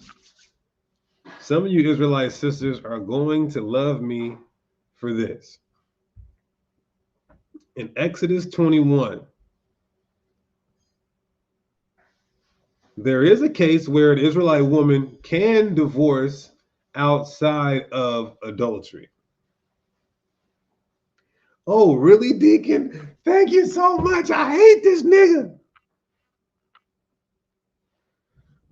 Well, here's the problem. You would have had to be a hired servant. You see that? So look at Exodus 21:7. Exodus 21:7. And if a man sell his daughter to be a maidservant. So if you weren't bought as a maidservant, sister. Now, see, Sakari, we didn't deal with all of these situations before. We had a situation, I ain't gotta say no names, where this sister, she left her husband, and we didn't know if it was adultery or not. She needed a bill of divorce, but he stopped taking care of her. He stopped paying her wages, and just taking care of her in general. And so we went to the law here. He hired her first to be like an in-home nanny or whatever. Then they ended up sleeping together. So she became his wife, but he diminished like it said not to. And so therefore she qualified for release. That's why it's so good to have a camp leader. I know we all know the Bible, but remember, God said he gives gifts without repentance. Every tribe has their gifts. And it's good to have a camp leader who's a Levite who really specializes, and shout out to the rest of the Levites in Sakari too, who really specializes in this Levitical law here. You understand? So if a woman was hired as a maidservant, and she should go out as a maidservant do, if she please not her master, who hath betrothed her to himself, then she shall let her be redeemed. To sell her to an estranged nation, he shall have no power, seeing he has a devil deceitfully with her. So he can't sell her to a strange nation, right? But if he took another, and if he have betrothed her unto his son, he shall deal with her after the manner of daughters. So let's say he takes her, he doesn't want to marry her. She's still a maid servant. He said, all right, she's a maid servant. I don't really think she's cute, but I'm gonna give her to my son, right? He got to treat her like a daughter.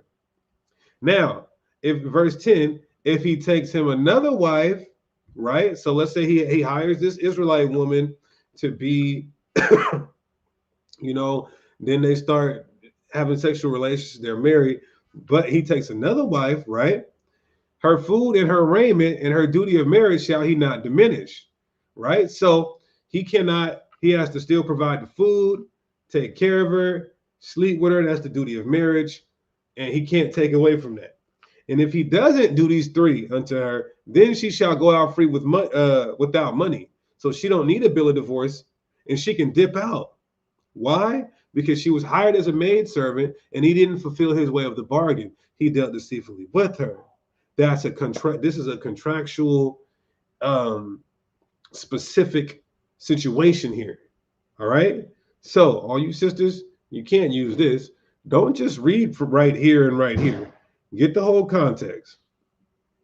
Now, some of you might say, well, what about Ecclesiasticus in the Apocrypha? Sirach 25 and 26. If she go not as thou would have her, cut her off from thy flesh and give her a bill of divorce and let her go. Now, this is very problematic. Very problematic. And I want to be politically correct because we go through the Bible and we show you where there are some historical inaccuracies, some errors, some variants, some doctrinal problems. Now, we don't see this in the Torah. Unless you're going to put the book of Sirach over the Torah, which is called the law of God, or you're going to put the book of Sirach over who the world, your king, Yahushai, then that's on you. But Yahushai said you cannot divorce except for fornication. And God himself said you cannot divorce except for fornication. So if y'all want to take that and say, oh, well, I'm just going to put Sirach over God himself and the only begotten son, that's on y'all. You're going to have hell to pay. All right, let me get ready for the thousands of questions. But before that, I wrote this down. What happens after you get divorced? Well, if you get a bill of divorce, let's say you're a woman and you get a bill of divorce and you want to remarry, but he divorced you for something outside of fornication. You can remarry, but the blood is still going to be on him because he divorced you outside of fornication.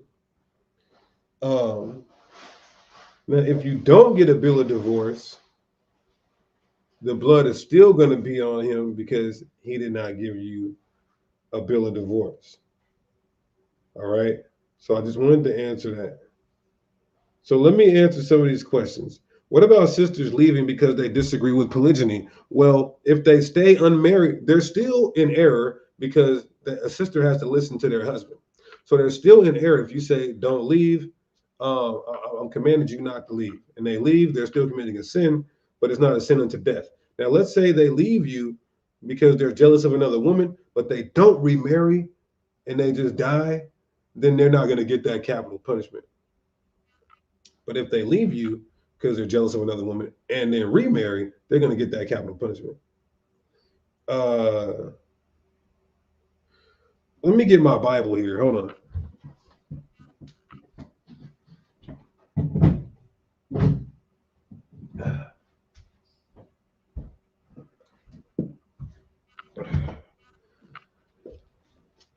All right, she said, Mark, is boyfriend and girlfriend eligible? There is no boyfriend and girlfriend in the Bible. Once you become one flesh, which is sexual intercourse with each other, of course, the woman being single, then you become husband and wife. She said, Mark 10, 11 to 12. I think somebody asked me this before, too. Mark 10, 11, 12. It says, and he saith unto them, whosoever shall put away his wife and marry another committed adultery against her. If a woman shall put away her husband and be married to another, she committed adultery. I think we covered that in Matthew 19 and 9. It's the same thing. If you put away your wife for anything other than fornication, what it says in the and he said to them, whosoever shall put away his wife and marry another committed adultery against her. So when you read Matthew, is given more clarity because Matthew's an eyewitness. In the case of fornication, if you put her away outside of anything of fornication and you marry another woman, that's not adultery in itself. What's adultery is that the woman who you put away without fornication, her going and remarrying, and now the blood is on your hands, you're guilty of that adultery.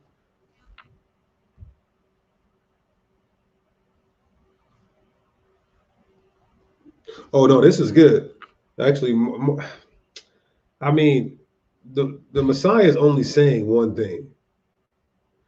So it says, and if a woman, verse 12, and if a woman shall put away her husband and be married to another, she committed adultery. So she's saying a woman can't put a man away. I'm not sure if that's what she's saying, because if a woman, in the same instance as the verse before it, is dealing with in the case of adultery. So if a woman puts away her husband or wants to divorce her husband outside of anything other than adultery, then she's committing adultery, and the person who marries her is committing adultery. So there's the clarity on that. And how do we know that a woman can move? Some brothers say, show me where a woman can remarry or whatever. That's Deuteronomy 24. Or where can a woman put a man away?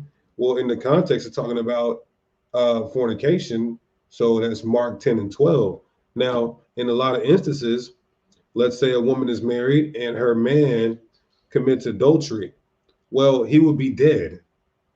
His head would be completely off his shoulders. So then she could what? Remarry. The widow can remarry. Very simple here.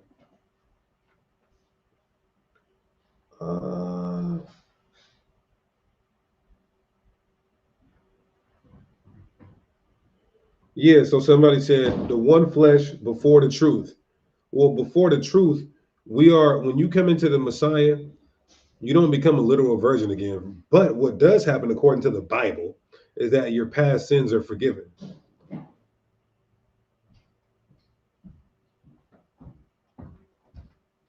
Heathens cannot eat the Passover. Oh, that's a good one. Domestic violence. Can you divorce for domestic violence? The law does not say you can divorce for domestic violence.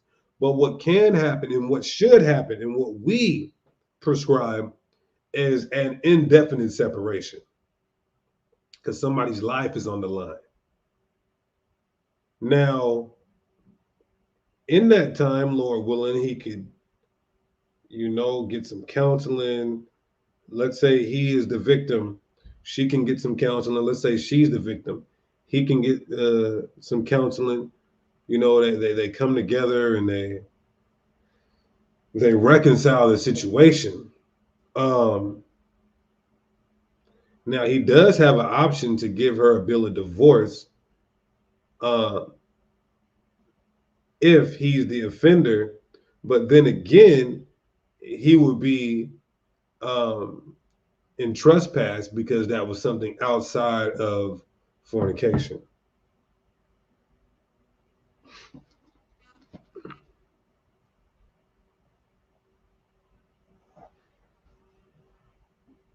Can a man marry a second wife if the first wife is against it? Yes, he can. Are you still married if you were married in court and divorced? So that's a good question. Are you still married?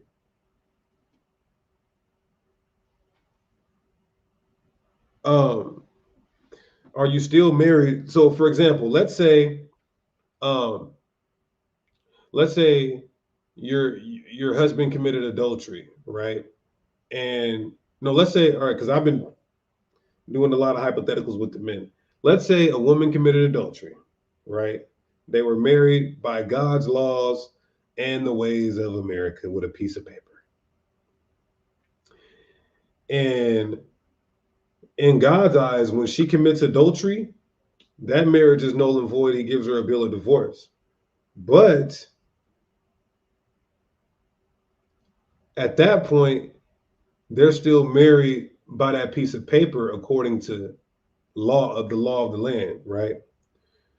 That's not according to God's eyes, though. The adultery happened. She's no longer, he's done. Let's say they're in the truth, but they're still married according to the law. He gives her a bill of divorce, but the divorce, the paperwork or documents with the courts have not been finalized, or they stay married on paper for some odd reason. That is not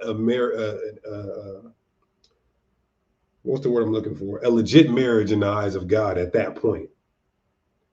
So I hope that sheds some light on that.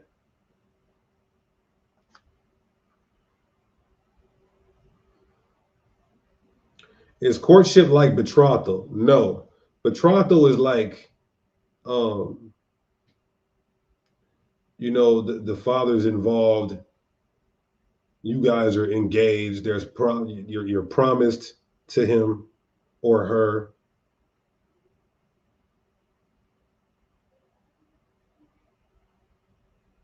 Can you divorce your wife if she talks to other brothers?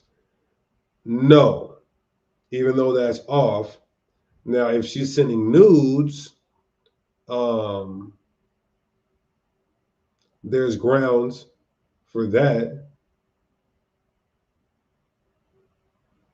If your wife committed adultery and admitted it, and the camp still congregate with her, and she has not repented, meaning she's still sleeping with world man, okay, what about it? That congregation is off.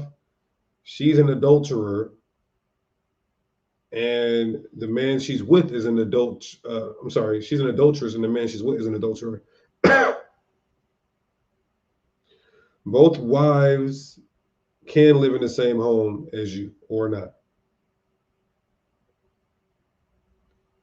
What happens if you and your brother marry a pair of sisters?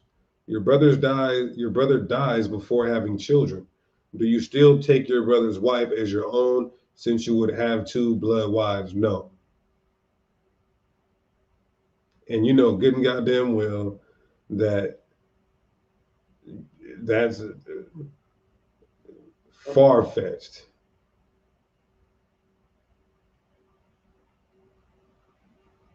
Rich Bud saying Ciroc doesn't copy. When did I mention the word contradict? Let me put a link in the chat for Rich Bud, whoever he is.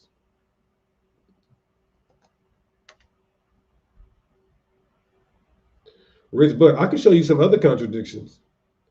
So let's come on here and talk about Bible contradictions. This link is for Rich Bud, since he says a sloppy brother.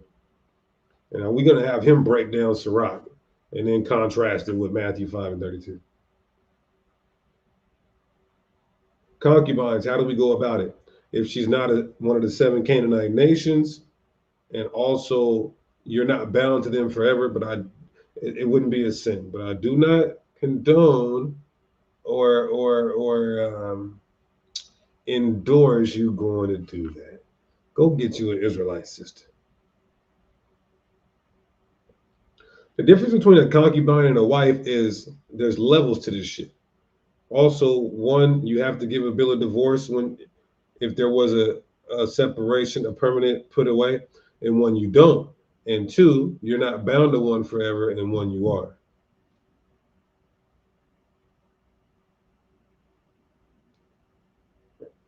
Is posting panty pictures on, is she in the panties?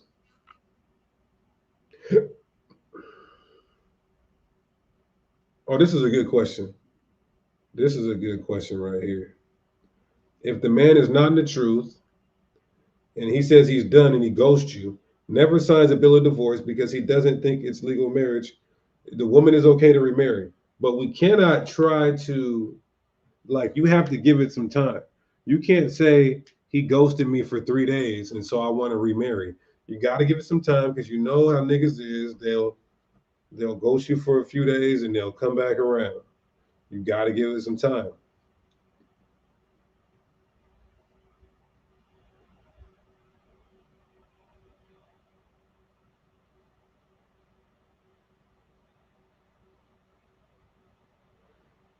Yes, you can get some counseling. The deacon is always offering counseling.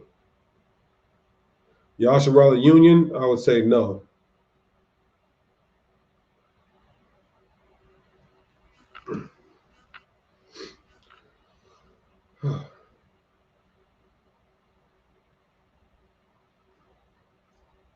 Rich Bud, tell me where Moses said you can divorce for any reason because she won't do what she said you would do. This guy, it's crazy how people just come into the truth and just mighty morph like Power Rangers into these scholars.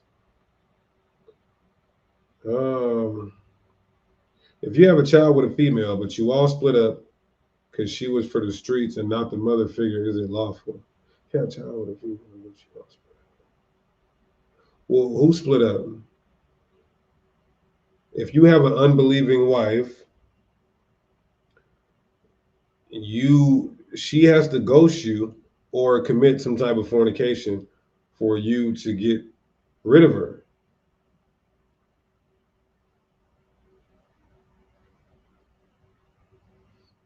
Can a woman whose husband is divorced her for cheating lawfully remarry? Oh yeah, you can. Oh, okay, that's a good question. Let me answer that. So what she's asking is, she's saying, if a woman commits adultery and her husband finds out and he puts her away and gives her a bill of divorce, can she remarry? Well, Deuteronomy 24 says she can remarry. But here's one thing. She's still going to have to pay for that divorce she committed prior. You understand? So that's what's going to happen. Trey, what's going on, man? How can I help you, brother? Hey, shalom, brother. First of all, I just want to thank you, brothers, for all you do and bringing us into the truth. Anyone that you did definitely were a big part of me and my family starting to come into this. So all praises to the Most High for putting the Holy Spirit on y'all. All praises, brother. What's going on? How can I help? I just have a question about him. So, are you retro? Am I what? Hello? Hello?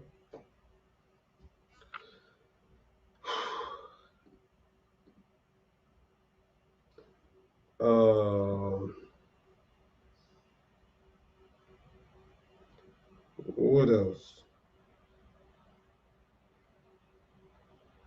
How many times you guys gonna ask about concubines? I said it 1,000 times already. How do I go about dealing with an Israelite woman who isn't in the truth when she believes in breakups? Well, you just got to cover your ass, bro. I'm gonna just say this, y'all. I'm gonna say this, and this is just my personal opinion. If you're with a woman who doesn't believe in the truth and she's an Israelite, how do you deal with it? Just cover your ass. Don't put her away for anything outside of if she ghosts you or if she commits some type of fornication. Now, any brother who's in the truth who has a woman who's not in the truth, that nigga's not in the truth. Now, like I said, that's just my opinion. Y'all could be mad at me, but that's just my stance. Any nigga who has a woman, any nigga in the truth who has a woman who's not in the truth, that nigga ain't in the truth. That's just me. Say your wife leaves, moves to a different state, and you get another wife, and the first wife wants to come back. Oh, this is biblical. But say you have to put away the new wife and you don't. Is that the lawful thing to do? So, well, you can't put away your wife. It's outside of fornication. The Bible actually says you're supposed to take that wife back if she wants to come back, the one that left. That's 1 Corinthians chapter 7. So now, but that's if she hasn't moved on with another man or committed some type of fornication. Then you don't have to take her back. So now, my friend, you're in a situation here that might involve some serious counseling from the deacon. You're in a pickle right now. If that woman who left didn't commit adultery, you have to take her back. And you have to deal with this woman who might leave just because she's coming back. So in that situation, you have to do the right thing. You have to try to deal with them both. And when everyone leaves, you covered your ass because you tried to be there and deal with them both. When everyone leaves, or even if they both leave, the blood's not on your hands, that's on them. Because sometimes a dog who wants two bones end up with none.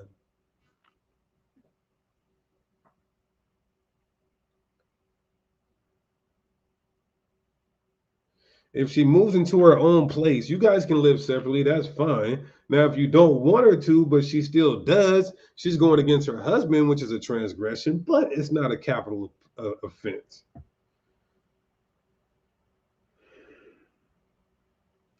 Adultery is supposed to be punished by death.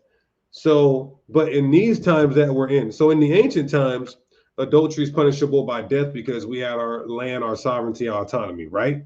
Punishable by death. Now, there is other type of fornications that are not punishable by death, where one could still remarry or divorce and remarry for. So in these times, being that, because somebody say, how's she going to remarry? Because we're not in our land putting people to death for adultery. Now, God is going to do that because there's no Levitical priests and all that. So God is going to do that in these times. Where in the law of Moses does it say divorce only for sexual immorality? Deuteronomy 24 mentions uncleanliness as sexual impurity.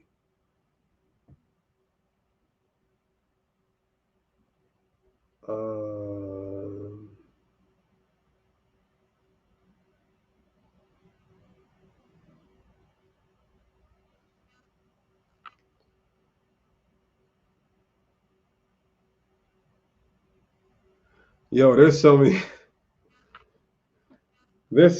comments here. Jesus Christ. Okay, I need to put the chat on slow mode.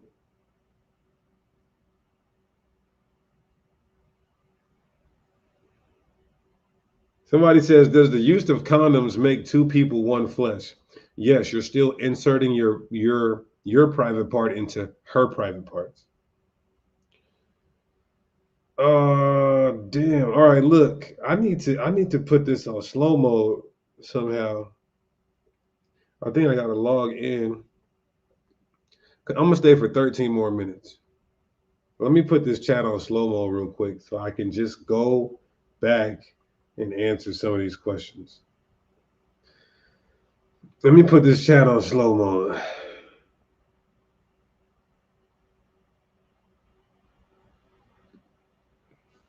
One second.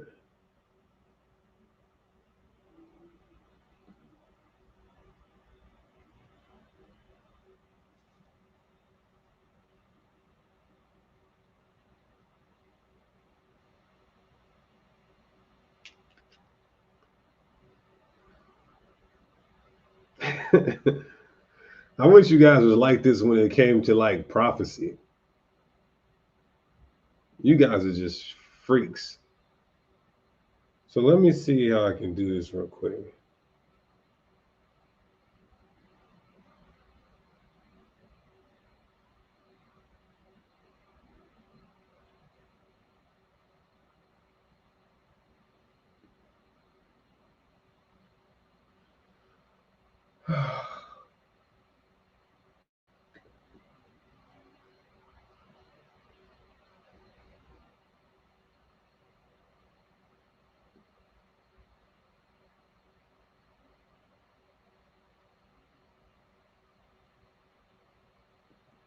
Okay.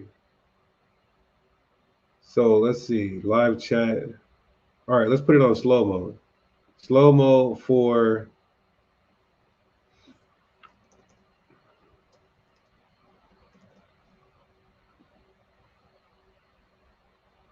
okay. So the chat is now on slow mode.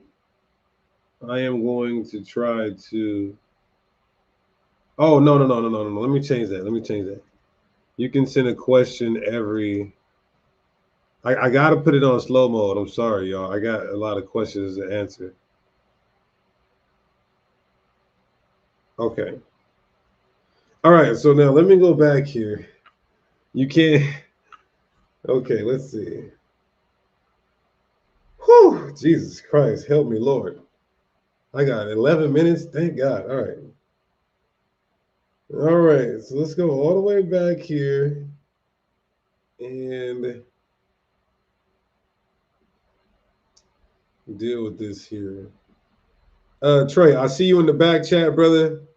Here, matter of fact, look, I'm gonna bring you up, but you gotta be quick. What's your question? Okay, are you retroactively married once you come into the truth? Say you had X amount of sisters you've been with. Are you retroactively? No, but if you wanted to try to go and tell them that, hey, you know, we were together, I just learned sex was marriage.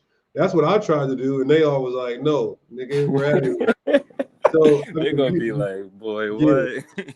you know me. I tried to go do it. I tried to say, "I want every woman I ever had before. Let's do this," and they all basically gave me the finger. So no, that's not something you have to do. Again, you get that clean slate. That's Romans 3:20 or Romans 3:25. When you come into the faith, you get that clean slate. So moving forward, you apply the truth that you now know. Okay, got you. All praise. And I think that's really it. But yeah, thanks to y'all for being a light. Keep being a light and keep spreading that light so we can be lights too. And the music, I just got hip to the music. The music's fire, bro. All praises, brother. Make sure you subscribe. Follow me on Instagram as well, Deacon Sakari, and I will see you on Friday because we're about to close this up in about 9 minutes. Bet. Sounds good. All praises. Shalom, King. Shalom. All right. So now, God, I had to scroll up so far. Okay, here we go. How does she pay for her divorce? Well, that's up to God because we're not, if she committed adultery, we're not putting people to death because we don't have our own land and things like that, our own autonomy and sovereignty, our own judicial system and legislation. So we cannot do it. That's up to God how he's going to pay for her. But the Bible is clear on how adultery is paid for. Revelation 21:8, that lake of fire, because that is a sin unto death. All right, now, does the bill of divorce, isn't adultery supposed to be punishable by death? How's she going to remarry? I already talked to that. Oh, if she's dead. Well, we fast forwarded it to these times. To be clear, a bill of divorce has to be a paper, or can it be verbal? We like it to be in paper, text message, email, and signed by witnesses. We like it to be like that. If the man is in the truth, but the woman is not, who's entitled to the kids after the divorce? Well, the kids are yours according to the Bible. They came from you. They were in you before her. That's why the Bible says the woman is of the man. Can you explain 1 Corinthians 7:11? 1 Corinthians 7:11.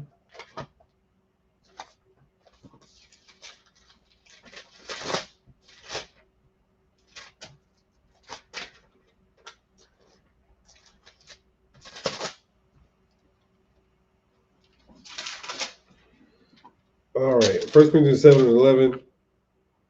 But if she depart, let her remain unmarried or be reconciled to her husband, and let not the husband put away his wife. So if your wife leaves, she has to remain unmarried. If she doesn't, she commits adultery. But if she remain unmarried, she can, and she wants to come back to you, she could come back to you. And don't put away your wife, of course, unless it's for fornication, like the Lord and Savior said, like the law of Moses says. It wasn't married, Deacon. We was just together, messed around with daughter. Man, Shalom. When Deacon had mentioned Deuteronomy 24 and says, pay, you mean with money or pay later on? Let me see. Oh, that's what the question is. Hold up. Where is this at?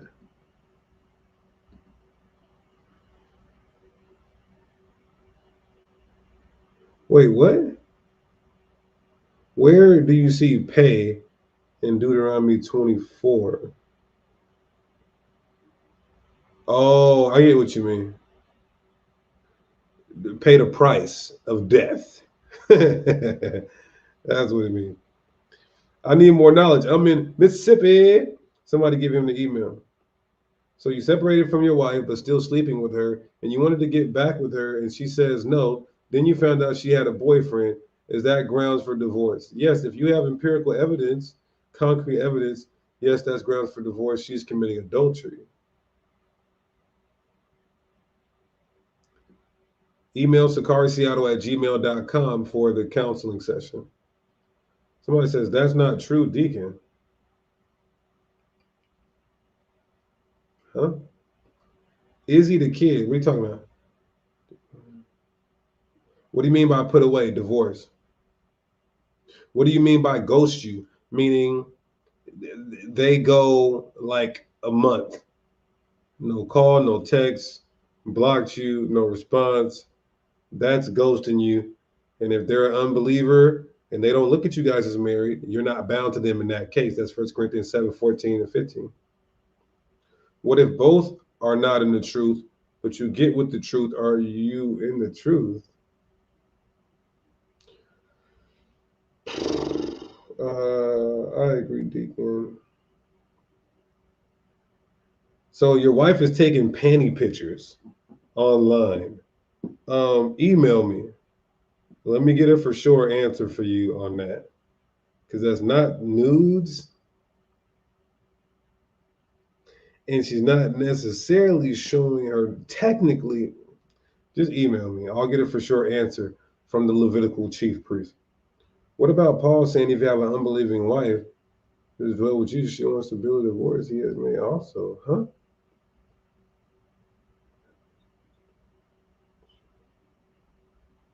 No, you don't have to give a bill of divorce to an unbeliever. They don't even believe in the same principles, traditions, and customs as us. Does the woman still have to pay for that divorce if the adultery was committed before she was in the truth? Well, you reap what you sow. It's just that when you come into you reap what you sow regardless. That's a promise of God. So when you come into the truth, you may get lesser of a penalty.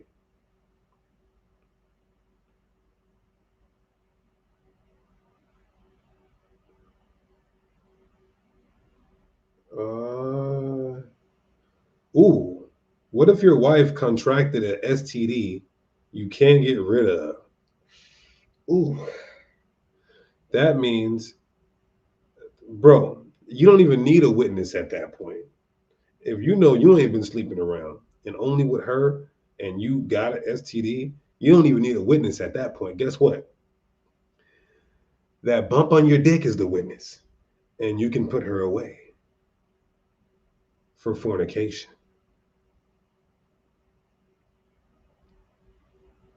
Does asking another guy, does kissing another guy count as adultery? No, but that is a type of fornication for sure. You can put her away. Can you still be married under Yah if you are divorced under the civil system because of fornication, but you forgave him and are back together? Yeah, if you guys got back together, that's on you guys. Yet and still, the Most High is going to pay one of you guys, whoever did that. You guys can get back together, but a penalty has to be paid for that sin.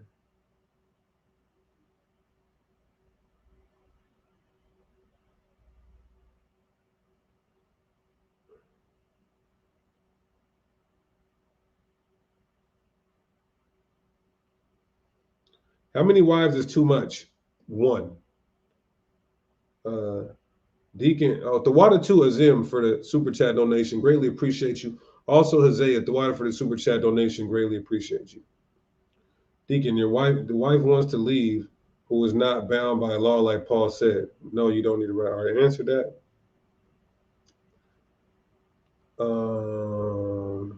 What if an Israelite is married to a heathen but comes into the truth? Can they put the heathen away? Yes, because Deuteronomy 21, Genesis 34, we're not bound to the heathen. But let's say you're with a heathen. She can't be having sex with anybody else while she's with you. That would be fornication, adultery. But while you're with her, you guys are both together. You're not bound to her by for life.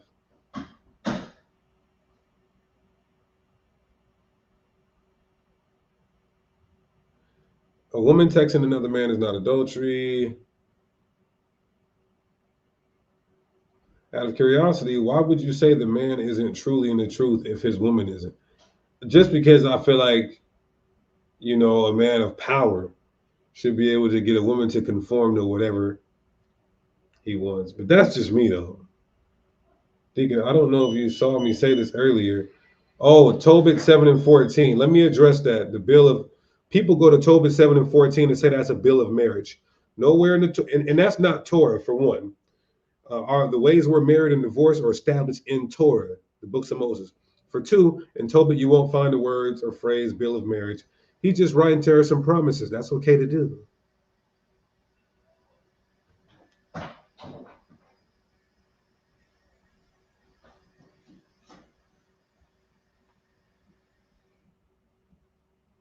What to do if we separated and it's being hard to get back and it's not looking promising? Get another woman.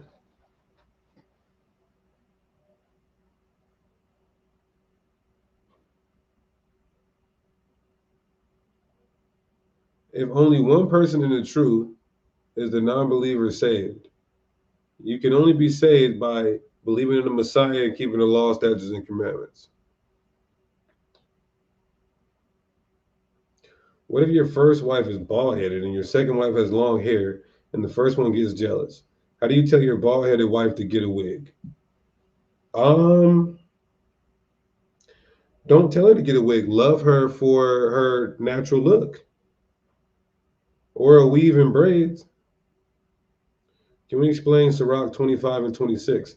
That's I already explained Sirach 25 and 26.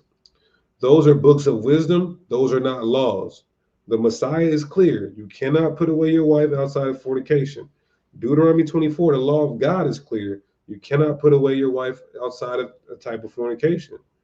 Now, if you guys want to say middle finger to the Heavenly Father and middle finger to his son and think that you're going to just go with Sirach is saying, that judgment is on you. Oh, thank God. I had to put the chat on slow mode.